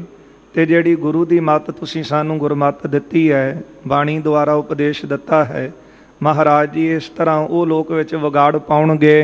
ਕੋ ਕਿਸ ਬਿਦ ਕੋ ਕਿਸੂ ਬਿਦ ਬਾਣੀ ਉਚਰਾਹ। ਕੋਈ ਕਿਸੇ ਤਰ੍ਹਾਂ, ਕੋਈ ਕਿਸੇ ਵਿਧੀ ਨਾਲ ਇਹ ਪੰਕਤੀਆਂ ਤੁਕਾਂ ਸ਼ਬਦ ਉਚਾਰਨ ਕਰਦੇ ਹਨ। ਕਰੋ ਜਤਨ ਅਸ ਮਿਲੈ ਨਹਿ ਸੁੰਦਰ ਗੁਰਬਾਨੀ। ਸਤਿਗੁਰੂ ਜੀ ਕੋਈ ਐਸਾ ਯਤਨ ਕਰੋ ਜਿਹਦੇ ਨਾਲ ਇਹ ਬਾਣੀ ਮਿਲਾਵਟ ਨਾ ਹੋਵੇ, ਮਿਲਾਵਟ ਤੋਂ ਬਚ ਜਾਵੇ। ਸਾਧ ਸੰਗਤ ਤੇ ਕਾਰਜ ਸਤਿਗੁਰੂ ਜੀ ਨੇ ਆਪ ਸਿੱਖਾਂ ਲਈ ਕਰਨਾ ਹੈ। ਕਿਉਂਕਿ ਜਿਸ ਤਰ੍ਹਾਂ ਮਾਂ ਸੋਚਦੀ ਹੈ ਕਿ ਮੈਂ ਆਪਣੇ ਬੱਚੇ ਨੂੰ, ਪੁੱਤਰ ਨੂੰ ਚੰਗੀ ਖੁਰਾਕ ਖਵਾਵਾਂ ਤੇ ਉਹ ਖੁਰਾਕ ਦੇ ਵਿੱਚ ਕਿਸੇ ਤਰ੍ਹਾਂ ਦੀ ਮਿਲਾਵਟ ਨਾ ਹੋਵੇ, ਇਸੇ ਤਰ੍ਹਾਂ ਧੰਨ ਗੁਰੂ ਅਰਜਨ ਦੇਵ ਸਾਹਿਬ ਜੀ ਨੇ ਸਾਡੇ ਤੇ ਬੜਾ ਵੱਡਾ ਪਰਉਪਕਾਰ ਕੀਤਾ ਹੈ। ਸਿੱਖਾਂ ਦੀ ਕਲਿਆਣ ਵਾਸਤੇ, ਉਧਾਰ ਵਾਸਤੇ ਸਤਿਗੁਰਾਂ ਨੇ ਧੁਰ ਦਰਗਾਹ ਤੋਂ ਆਈ ਹੋਈ ਬਾਣੀ ਜਿਹੜੀ ਸੀ ਉਹ ਥਾਲ ਵਿੱਚ ਪਰੋਸ ਕੇ ਸਤਿਗੁਰਾਂ ਨੇ ਸਾਨੂੰ ਬਖਸ਼ਿਸ਼ ਕੀਤੀ। ਜਿਸ ਤਰ੍ਹਾਂ ਮਾਂ ਸੋਚਦੀ ਹੈ ਸ਼ੁੱਧ ਭੋਜਨ, ਸ਼ੁੱਧ ਆਹਾਰ ਖਵਾਵਾਂ, ਇਸੇ ਤਰ੍ਹਾਂ ਗੁਰੂ ਅਰਜਨ ਦੇਵ ਸਾਹਿਬ ਸੱਚੇ ਪਾਤਸ਼ਾਹ ਮਹਾਰਾਜ ਆਪ ਤਾਂ ਸਤਿਗੁਰੂ ਤਸੀਹੇ ਝੱਲਦੇ ਨੇ, ਪਰ ਕਿਸੇ ਤਰ੍ਹਾਂ ਦੀ ਹਕੂਮਤ ਦੀਆਂ ਕਹੀਆਂ ਹੋਈਆਂ ਗੱਲਾਂ ਪ੍ਰਵਾਨ ਨਹੀਂ ਕਰਦੇ। ਅੱਗੇ ਆਪਾਂ ਸਰਵਣ ਕਰਾਂਗੇ ਕਿ ਅਖੀਰਲੇ ਸਮੇਂ ਇਹ ਵੀ ਕਹਿਣਗੇ ਜੀ ਬਾਣੀ ਦੇ ਵਿੱਚ ਕੁਝ ਸਾਡੇ ਵੱਲੋਂ ਸ਼ਬਦ ਦਰਜ ਕਰ ਦਿਓ। ਪਰ ਗੁਰੂ ਸਾਹਿਬ ਨੇ ਇਹੋ ਉੱਤਰ ਦਿੱਤਾ ਸੀ, ਹਾਂ ਆਪੋ ਬੋਲ ਨਾ ਜਾਣਦਾ ਮੈਂ ਕਹਿਆ ਸਭ ਹੁਕਮ ਆਓ ਜੀ। ਇਹ ਆਪਣੇ ਵੱਲੋਂ ਉਚਾਰਨ ਕੀਤੀ ਕੋਈ ਸ਼ਬਦ ਨਹੀਂ ਨੇ, ਜੋ ਧੁਰ ਦਰਗਾਹ ਤੋਂ ਆਈ ਬਾਣੀ ਸੱਦੇ ਨੇ। ਰੱਬੀ ਹੁਕਮ ਹੈ, ਰੱਬੀ ਫਰਮਾਨ ਹੈ। ਬਾਣੀ ਗੁਰੂ, ਗੁਰੂ ਹੈ ਬਾਣੀ, ਵਿੱਚ ਬਾਣੀ ਅੰਮ੍ਰਿਤ ਸਾਰੇ। ਗੁਰਬਾਣੀ ਕਹੈ ਸੇਵਕ ਜਨ ਮਾਨੈ, ਪ੍ਰਤੱਖ ਗੁਰੂ ਨਿਸਤਾਰੇ। ਇਹ ਤਾਂ ਨਿਰੰਕਾਰ ਦਾ ਆਪਣਾ ਸਰੂਪ ਹੈ। ਵਾਹੋ ਵਾਹੋ ਬਾਣੀ ਨਿਰੰਕਾਰ ਹੈ, ਕਿਸੇ ਕਵੀਆਂ ਦੀ ਗਾਏ ਹੋਏ ਸ਼ਬਦ ਨਹੀਂ, ਕਿਸੇ ਆਮ ਮਨੁੱਖਾਂ ਦੀਆਂ ਲਿਖੀਆਂ ਹੋਈਆਂ ਵਿਦਵਤਾ ਭਰਪੂਰ ਗੱਲਾਂ ਨਹੀਂ ਨੇ। ਗੁਰੂ ਸਾਹਿਬ ਨੇ ਆਪ ਮੋਹਰ ਲਾ ਕੇ ਕਿਹਾ ਵਾਹੋ ਵਾਹੋ ਬਾਣੀ ਨਿਰੰਕਾਰ। ਬਾਣੀ ਨਿਰੰਕਾਰ ਅਕਾਲ ਪੁਰਖ ਪਰਮੇਸ਼ਰ ਦਾ ਆਪਣਾ ਸਰੂਪ ਹੈ। ਤੇ ਫਿਰ ਨਿਰੰਕਾਰ ਦਾ ਪੂਜਨ ਹੀ ਕਰੀਦਾ ਤੇ ਕੀ ਕਰੀਦਾ ਹੈ। ਇਸ ਲਈ ਸਾਧ ਸੰਗਤ ਜਿਹੜੇ ਤਾਂ ਅਕਾਲ ਪੁਰਖ ਦਾ ਸਰੂਪ ਜਾਣ ਕੇ ਬਾਣੀ ਦਾ ਅਦਬ ਕਰਦੇ ਨੇ, ਪੁਰਾਤਨ ਸਮਿਆਂ ਦੇ ਵਿੱਚ ਮਹਾਂਪੁਰਖਾਂ ਨੇ ਵੱਧ ਤੋਂ ਵੱਧ ਇਹ ਪ੍ਰਚਾਰਿਆ ਕਿ ਬਾਣੀ ਨਿਰੰਕਾਰ ਦਾ ਸਰੂਪ ਹੈ। ਵੈਸੇ ਤਾਂ ਗੁਰੂ ਸਾਹਿਬ ਨੇ ਸਾਨੂੰ ਲਿਖ ਕੇ ਦਿੱਤਾ ਹੈ, ਪਰ ਹੌਲੀ ਹੌਲੀ ਜਿਉਂ ਮਨੁੱਖ ਪੜ੍ਹਦਾ ਗਿਆ, ਪੜ੍ਹਿਆ ਲਿਖਿਆ ਸਮਾਜ ਇਹ ਗੱਲਾਂ ਪ੍ਰਚਾਰਨ ਲੱਗ ਪਿਆ ਕਿ ਜੀ ਇਹਨੂੰ ਕੇਵਲ ਪੜ੍ਹ ਲਿਖ ਕੇ ਸਮਝਣਾ ਚਾਹੀਦਾ ਹੈ, ਅਤੇ ਇਹ ਸ਼ਬਦ ਜਿਹੜੇ ਨੇ ਕੇਵਲ ਸਮਝਣ ਲਈ ਨੇ। ਇਹਨਾਂ ਦਾ ਅਦਬ ਸਤਿਕਾਰ ਜਿਹੜਾ ਉਹਨੇ ਭੁਲਾ ਦਿੱਤਾ। ਹੌਲੀ ਹੌਲੀ ਦੇਖਿਆ ਹੀ ਗਿਆ ਕਿ ਗੁਰੂ ਗ੍ਰੰਥ ਸਾਹਿਬ ਜੀ ਦੇ ਅਦਬ ਦੇ ਸਾਹਿਤ ਉੱਪਰ ਚੰਦੋਆ ਹੈ, ਮਹਾਰਾਜ ਜੀ ਦੇ ਸਤਿਕਾਰ ਵਜੋਂ ਚੌਰ ਹੁੰਦਾ ਹੈ। ਪਰ ਕੁਝ ਐਸੇ ਬੁੱਧੀਜੀਵੀ ਵੀ ਸਮਾਜ ਵਿੱਚ ਦੇਖਣ ਨੂੰ ਮਿਲੇ ਜਿਨ੍ਹਾਂ ਨੇ ਆਪਣੀ ਬੁੱਧ ਅਨੁਸਾਰ ਇਹ ਪ੍ਰਚਾਰ ਦਿੱਤਾ ਕਿ ਚੌਰ ਦੀ ਵੀ ਕੋਈ ਲੋੜ ਨਹੀਂ, ਚੰਦੋਏ ਦੀ ਕੀ ਲੋੜ ਹੈ। ਫਿਰ ਇਹ ਗੱਲਾਂ ਕਹਿਣੀਆਂ ਸ਼ੁਰੂ ਕਰ ਦਿੱਤੀਆਂ, ਜਿਸ ਤਰ੍ਹਾਂ ਅੱਜ ਵੀ ਕੁਝ ਬੁੱਧੀਜੀਵੀ ਪ੍ਰਚਾਰਦੇ ਨੇ ਜੀ ਗਿਆਨ ਗੁਰੂ ਹੈ ਅਤੇ ਗਿਆਨ ਨੂੰ ਸਮਝੀਦਾ ਪੂਜੀਦਾ ਨਹੀਂ। ਪਰ ਪੁਰਾਤਨ ਸਮੇਂ ਦੇ ਵਿੱਚ ਸਾਨੂੰ ਕਿਉਂ ਬਾਰ-ਬਾਰ ਕਿਹਾ ਗਿਆ ਕਿ ਬਾਣੀ ਦਾ ਅਦਬ ਸਤਿਕਾਰ ਜ਼ਰੂਰੀ ਹੈ, ਕਿਉਂਕਿ ਜਿਹਦਾ ਅਦਬ ਕਰੀਏ ਨਾ ਉਹਦੀ ਗੱਲ ਵੀ ਫਿਰ ਅਦਬ ਨਾਲ ਸੁਣਨ ਨੂੰ ਚਿੱਤ ਕਰਦਾ ਹੈ, ਅਤੇ ਜਿਹਦਾ ਮਨ ਵਿੱਚ ਅਦਬ ਸਤਿਕਾਰ ਹੀ ਨਾ ਹੋਵੇ ਅਤੇ ਉਹਦੀ ਗੱਲ ਬੰਦਾ ਕਿੱਥੋਂ ਸੁਣਦਾ ਹੈ। ਗੱਲ ਵੀ ਉਹਦੀ ਸੁਣੇਗਾ ਜਿਹਦਾ ਮਨ ਵਿੱਚ ਸਤਿਕਾਰ ਹੈ। ਇਸ ਲਈ ਗੁਰੂ ਸਾਹਿਬ ਨੇ ਸਾਨੂੰ ਉਪਦੇਸ਼ ਦਿੱਤਾ ਹੈ ਕਿ ਨਿਰਮਲ ਭਉ ਪਾਇਆ ਹਰ ਗੁਣ ਗਾਇਆ, ਹਰ ਵੇਖਿਆ ਰਾਮ ਹਦੂਰ। ਗੁਰੂ ਦਾ ਨਿਰਮਲ ਭਉ ਹਮੇਸ਼ਾ ਆਪਣੇ ਮਨ ਵਿੱਚ ਰੱਖੀਦਾ ਹੈ। ਅਤੇ ਫਿਰ ਜਦੋਂ ਮਹਾਂਪੁਰਖਾਂ ਨੇ ਵਿਦਿਆਰਥੀਆਂ ਨੂੰ ਪੜ੍ਹਾਉਣਾ, ਸਾਧ ਸੰਗਤ ਪਹਿਲਾਂ ਗੁਰੂ ਗ੍ਰੰਥ ਸਾਹਿਬ ਜੀ ਦੀ ਤਾਬਿਆ ਬੈਠਣ ਦੇ ਕੁਝ ਨਿਯਮ ਸਮਝਾਏ ਜਾਂਦੇ ਸੀ। ਉਹ ਨਿਯਮ ਤਾਂ ਜਦੋਂ ਵਿਦਿਆਰਥੀ ਹੱਥ ਪਹਿਲਾ ਕਾਇਦਾ ਫੜਾਉਣਾ ਉਦੋਂ ਹੀ ਸਮਝਾ ਦਿੱਤੇ ਜਾਂਦੇ ਨੇ 35 ਪੜ੍ਹਾਉਂਦਿਆਂ ਕਿ ਇਹਨੂੰ ਪੈਰਾਂ ਵਾਲੇ ਹੱਥ ਨਹੀਂ ਲਾਉਣੇ, ਇਹਨੂੰ ਪੁੰਜੇ ਨਹੀਂ ਰੱਖਣਾ, ਅਦਬ ਦੇ ਨਾਲ ਗਲ ਵਿੱਚ ਹਜੂਰੀਆ ਪਾ ਕੇ ਬੜੇ ਸਤਿਕਾਰ ਦੇ ਨਾਲ ਬੈਠਣਾ ਹੈ। ਸੋ ਸੰਗਤ ਜੀ, ਅਤੇ ਫਿਰ ਹੌਲੀ ਹੌਲੀ ਵਿਦਿਆਰਥੀ ਜਿਹੜਾ ਹੈ ਉਹ ਪੋਥੀ ਸਾਹਿਬ ਹੱਥ ਵਿੱਚ ਲੈਂਦਾ ਹੈ ਅਤੇ ਉਹਨੂੰ ਬਾਣੀ ਦਾ ਸਤਿਕਾਰ ਕਰਨਾ ਜਿਹੜਾ ਉਹ ਆ ਜਾਂਦਾ ਹੈ। ਫਿਰ ਜਦੋਂ ਗੁਰੂ ਗ੍ਰੰਥ ਸਾਹਿਬ ਦੀ ਤਾਬਿਆ ਬੈਠਦਾ, ਫਿਰ ਪੂਰਾ ਅਦਬ ਸਤਿਕਾਰ ਉਹਦੇ ਮਨ ਵਿੱਚ ਹੁੰਦਾ ਹੈ ਕਿ ਮੈਂ ਨਿਰੰਕਾਰ ਅਕਾਲ ਪੁਰਖ ਵਾਹਿਗੁਰੂ ਜੀ ਦੀ ਗੋਦ ਵਿੱਚ ਬੈਠਾ ਹਾਂ, ਇਹਦਾ ਸਤਿਕਾਰ ਕਿਸ ਤਰ੍ਹਾਂ ਕਰਨਾ ਹੈ। ਫਿਰ ਉਹ ਪੂਰਨ ਤੌਰ 'ਤੇ ਧਿਆਨ ਵਿੱਚ ਰੱਖਦਾ ਹੈ। ਰਹੋ ਵਿਚਾਰ। ਧੰਨ ਗੁਰੂ ਸ਼੍ਰੀ ਗੁਰੂ ਅਰਜਨ ਦੇਵ ਸਾਹਿਬ ਸੱਚੇ ਪਾਤਸ਼ਾਹ ਜੀ ਦੇ ਅੱਗੇ ਸਿੱਖ ਨੇ ਬੇਨਤੀ ਕੀਤੀ, ਮਹਾਰਾਜ ਕਿਰਪਾ ਕਰੋ, ਕੋਈ ਕਿਸੇ ਤਰ੍ਹਾਂ ਆਪਣੇ ਸ਼ਬਦ ਉਚਾਰਨ ਲੱਗ ਪਿਆ ਹੈ। ਕਰਹੋ ਯਤਨ ਅਸ ਮਿਲੈ ਨ ਸੁੰਦਰ ਗੁਰਬਾਣੀ। ਇਹ ਸੋਹਣੀ ਮਨੋਹਰ ਗੁਰਬਾਣੀ ਸਾਡੀ ਕਲਿਆਣ ਵਾਸਤੇ ਨਿਰੰਕਾਰ ਦਾ ਸਰੂਪ ਹੈ। ਆਪ ਜੀ ਕੋਈ ਐਸਾ ਯਤਨ ਕਰੋ ਕਿ ਇਹਦੇ ਵਿੱਚ ਕਿਸੇ ਤਰ੍ਹਾਂ ਦੀ ਮਿਲਾਵਟ ਨਾ ਹੋ ਸਕੇ। ਸੁਣ ਇੱਕ ਸਿੱਖ ਬੋਲਿਓ ਬਾਹੁਰ ਦੇਹੁ ਸੰਸਾ ਹਾਨੀ। ਫਿਰ ਇੱਕ ਸਿੱਖ ਉਹ ਵੀ ਗੁਰੂ ਸਾਹਿਬ ਨੂੰ ਬੇਨਤੀ ਕਰਨ ਲੱਗਾ, ਕਹਿਣ ਲੱਗਾ ਮਹਾਰਾਜ ਕਿਰਪਾ ਕਰੋ, ਸਾਡੇ ਮਨ ਵਿੱਚ ਕੁਝ ਸ਼ੰਕੇ ਨੇ, ਉਹ ਵੀ ਕਿਰਪਾ ਕਰਕੇ ਦੂਰ ਕਰੋ। ਕਿਉਂਕਿ ਮਨ ਵਿੱਚ ਸ਼ੰਕਾ ਆ ਜਾਣਾ ਸੁਭਾਵਿਕ ਗੱਲ ਹੈ। ਜਦੋਂ ਕੋਈ ਮਨ ਵਿੱਚ ਸ਼ੰਕਾ ਆਉਣਾ ਤੇ ਫਿਰ ਸਿੱਖਾਂ ਨੇ ਗੁਰੂ ਪਾਸ ਹੀ ਬੇਨਤੀ ਕਰਨੀ ਹੈ, ਅਤੇ ਗੁਰੂ ਸਾਹਿਬ ਜੀ ਸਿੱਖਾਂ ਦੇ ਮਨ ਦੇ ਸ਼ੰਕੇ ਵੀ ਦੂਰ ਕਰਦੇ ਹਨ। ਪਰ ਇੱਕ ਹੁੰਦਾ ਕੋਈ ਗੱਲ ਦਾ ਨਾਂ ਪਤਾ ਹੋਣਾ ਅਤੇ ਗੁਰੂ ਪਾਸੋਂ ਪੁੱਛ ਲੈਣਾ, ਪਰ ਇੱਕ ਸ਼ੰਕਾ ਐਸਾ ਕਰਨਾ ਕਿ ਮੈਂ ਨਾ ਮਾਨੂੰ, ਬਸ ਐਸੀ ਮਾਤੀ ਰੱਖਣੀ ਜਿਨ੍ਹਾਂ ਬਾਰੇ ਭਗਤ ਜੀ ਕਹਿੰਦੇ ਨੇ ਮਨ ਮਾਨੈ ਲੋਗ ਨਾ ਭਤੀਜੈ, ਨਾ ਭਤੀਜੈ ਤਾਉ ਕਿਆ ਕੀਜੈ। ਜੇ ਤੁਹਾਨੂੰ ਨਹੀਂ ਯਕੀਨ ਆਉਂਦਾ ਤਾਂ ਫਿਰ ਕੀ ਕਰੀਏ। ਫਿਰ ਤਾਂ ਬ੍ਰਹਮਾ ਹੂ ਕੋ ਕਹਿਓ ਨਾ ਮਾਨੈ, ਉਹਨੂੰ ਤਾਂ ਸਾਕਸ਼ਾਤ ਭਗਤ ਜੀ ਕਹਿੰਦੇ ਬ੍ਰਹਮਾ ਵੀ ਸਮਝਾਵੇ, ਜਿਹੜਾ ਵੇਦਾਂ ਦਾ ਉਚਾਰਨ ਕਰਤਾ ਮੰਨਿਆ ਉਹਦੀ ਵੀ ਨਹੀਂ ਮੰਨਦੇ। ਜਿਨ੍ਹਾਂ ਨੇ ਆਪਣੀ ਬੁੱਧੀ ਵਿੱਚ ਇਹੋ ਹੀ ਧਾਰ ਲਿਆ ਕਿ ਜੋ ਕੁਝ ਸਾਨੂੰ ਪਤਾ ਅਸੀਂ ਉਹ ਸਿਆਣੇ, ਅਸੀਂ ਕਿਸੇ ਦੀ ਕੋਈ ਗੱਲ ਮੰਨਣੀ ਹੀ ਨਹੀਂ। ਪਰ ਗੁਰੂ ਕੇ ਸਿੱਖਾਂ ਦੇ ਮਨ ਵਿੱਚ ਸ਼ੰਕੇ ਆ ਜਾਣੇ ਸੁਭਾਵਿਕ ਨੇ। ਫਿਰ ਉਹ ਗੁਰੂ ਜੀ ਪਾਸੋਂ ਬੇਨਤੀ ਕਰਦੇ, ਜਿਸ ਤਰ੍ਹਾਂ ਸਿੱਖ ਨੇ ਕੀਤੀ ਹੈ, ਮਹਾਰਾਜ ਕਿਰਪਾ ਕਰੋ, ਮੇਰੇ ਮਨ ਦਾ ਸ਼ੰਕਾ ਹੈ, ਆਪ ਜੀ ਕਿਰਪਾ ਕਰਕੇ ਦੂਰ ਕਰ ਦਵੋ। ਬਾਣੀ ਗੱਚੀ ਗੁਰ ਬਿਨਾ ਗੁਰ ਅਮਰ ਬਖਾਨੀ। ਜਦੋਂ ਅਸੀਂ ਗੁਰੂ ਅਮਰਦਾਸ ਜੀ ਦੀ ਉਚਾਰਨ ਕੀਤੀ ਬਾਣੀ ਪੜ੍ਹਦੇ ਹਾਂ ਨਾ ਆਨੰਦ ਸਾਹਿਬ ਦੀ, ਅਤੇ ਆਨੰਦ ਸਾਹਿਬ ਦੀ ਬਾਣੀ ਦੇ ਅੰਦਰ ਗੁਰੂ ਅਮਰਦਾਸ ਜੀ ਦੇ ਬਚਨ ਪੜ੍ਹਦੇ ਹਾਂ, ਸਤਿਗੁਰੂ ਬਿਨਾ ਹੋਰ ਕੱਚੀ ਹੈ ਬਾਣੀ।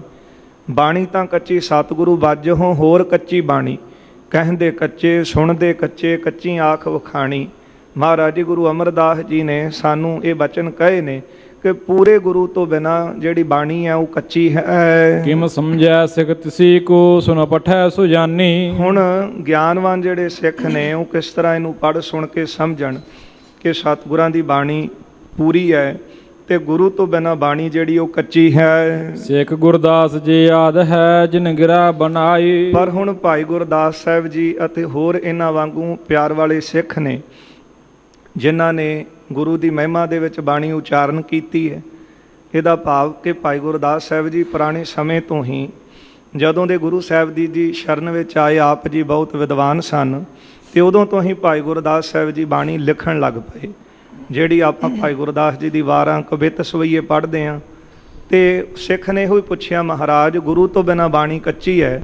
ਤੇ ਫਿਰ ਭਾਈ ਗੁਰਦਾਸ ਸਾਹਿਬ ਜੀ ਵਰਗੇ ਸਿੱਖ ਨੇ ਜਿਨ੍ਹਾਂ ਨੇ ਗੁਰੂ ਦੀ ਮਹਿਮਾ ਗਾਇਨ ਕੀਤੀ ਹੈ, ਉਹਨਾਂ ਦੀ ਵੀ ਬਾਣੀ ਜਿਹੜੀ ਉਹਨਾਂ ਨੇ ਉਚਾਰੀ ਹੈ। ਸਤਿਗੁਰ ਕੋ ਜਸ ਜਿਸ ਵਿਖੈ ਗੁਰਮਤਿ ਦ੍ਰਿੜਾਈ, ਜਿਨ੍ਹਾਂ ਦੀ ਬਾਣੀ ਦੇ ਵਿੱਚ ਗੁਰੂ ਦਾ ਜਸ ਕੀਤਾ ਹੈ, ਗੁਰਮਤਿ ਦ੍ਰਿੜ ਕਰਵਾਈ ਹੈ। ਕਿਉਂਕਿ ਭਾਈ ਗੁਰਦਾਸ ਸਾਹਿਬ ਜੀ ਦੀ ਬਾਣੀ ਨੂੰ ਗੁਰੂ ਅਰਜਨ ਦੇਵ ਸਾਹਿਬ ਜੀ ਨੇ ਕੁੰਜੀਆਂ ਦਾ ਖਿਤਾਬ ਦਿੱਤਾ ਹੈ। ਜਿੰਨਾ ਚਿਰ ਕੁੰਜੀ ਨਾ ਮਿਲੇ, ਚਾਬੀ ਨਾ ਮਿਲੇ, ਉਹਨਾਂ ਚਿਰ ਖਜ਼ਾਨੇ ਦਾ ਜੰਦਰਾ ਨਹੀਂ ਜੇ ਖੁੱਲ੍ਹਦਾ। ਬਾਣੀ ਖਜ਼ਾਨਾ ਹੈ ਗੁਰੂ ਕੀ, ਤੇ ਖਜ਼ਾਨੇ ਦੀਆਂ ਚਾਬੀਆਂ ਨੇ ਭਾਈ ਗੁਰਦਾਸ ਜੀ ਦੀਆਂ ਵਾਰਾਂ।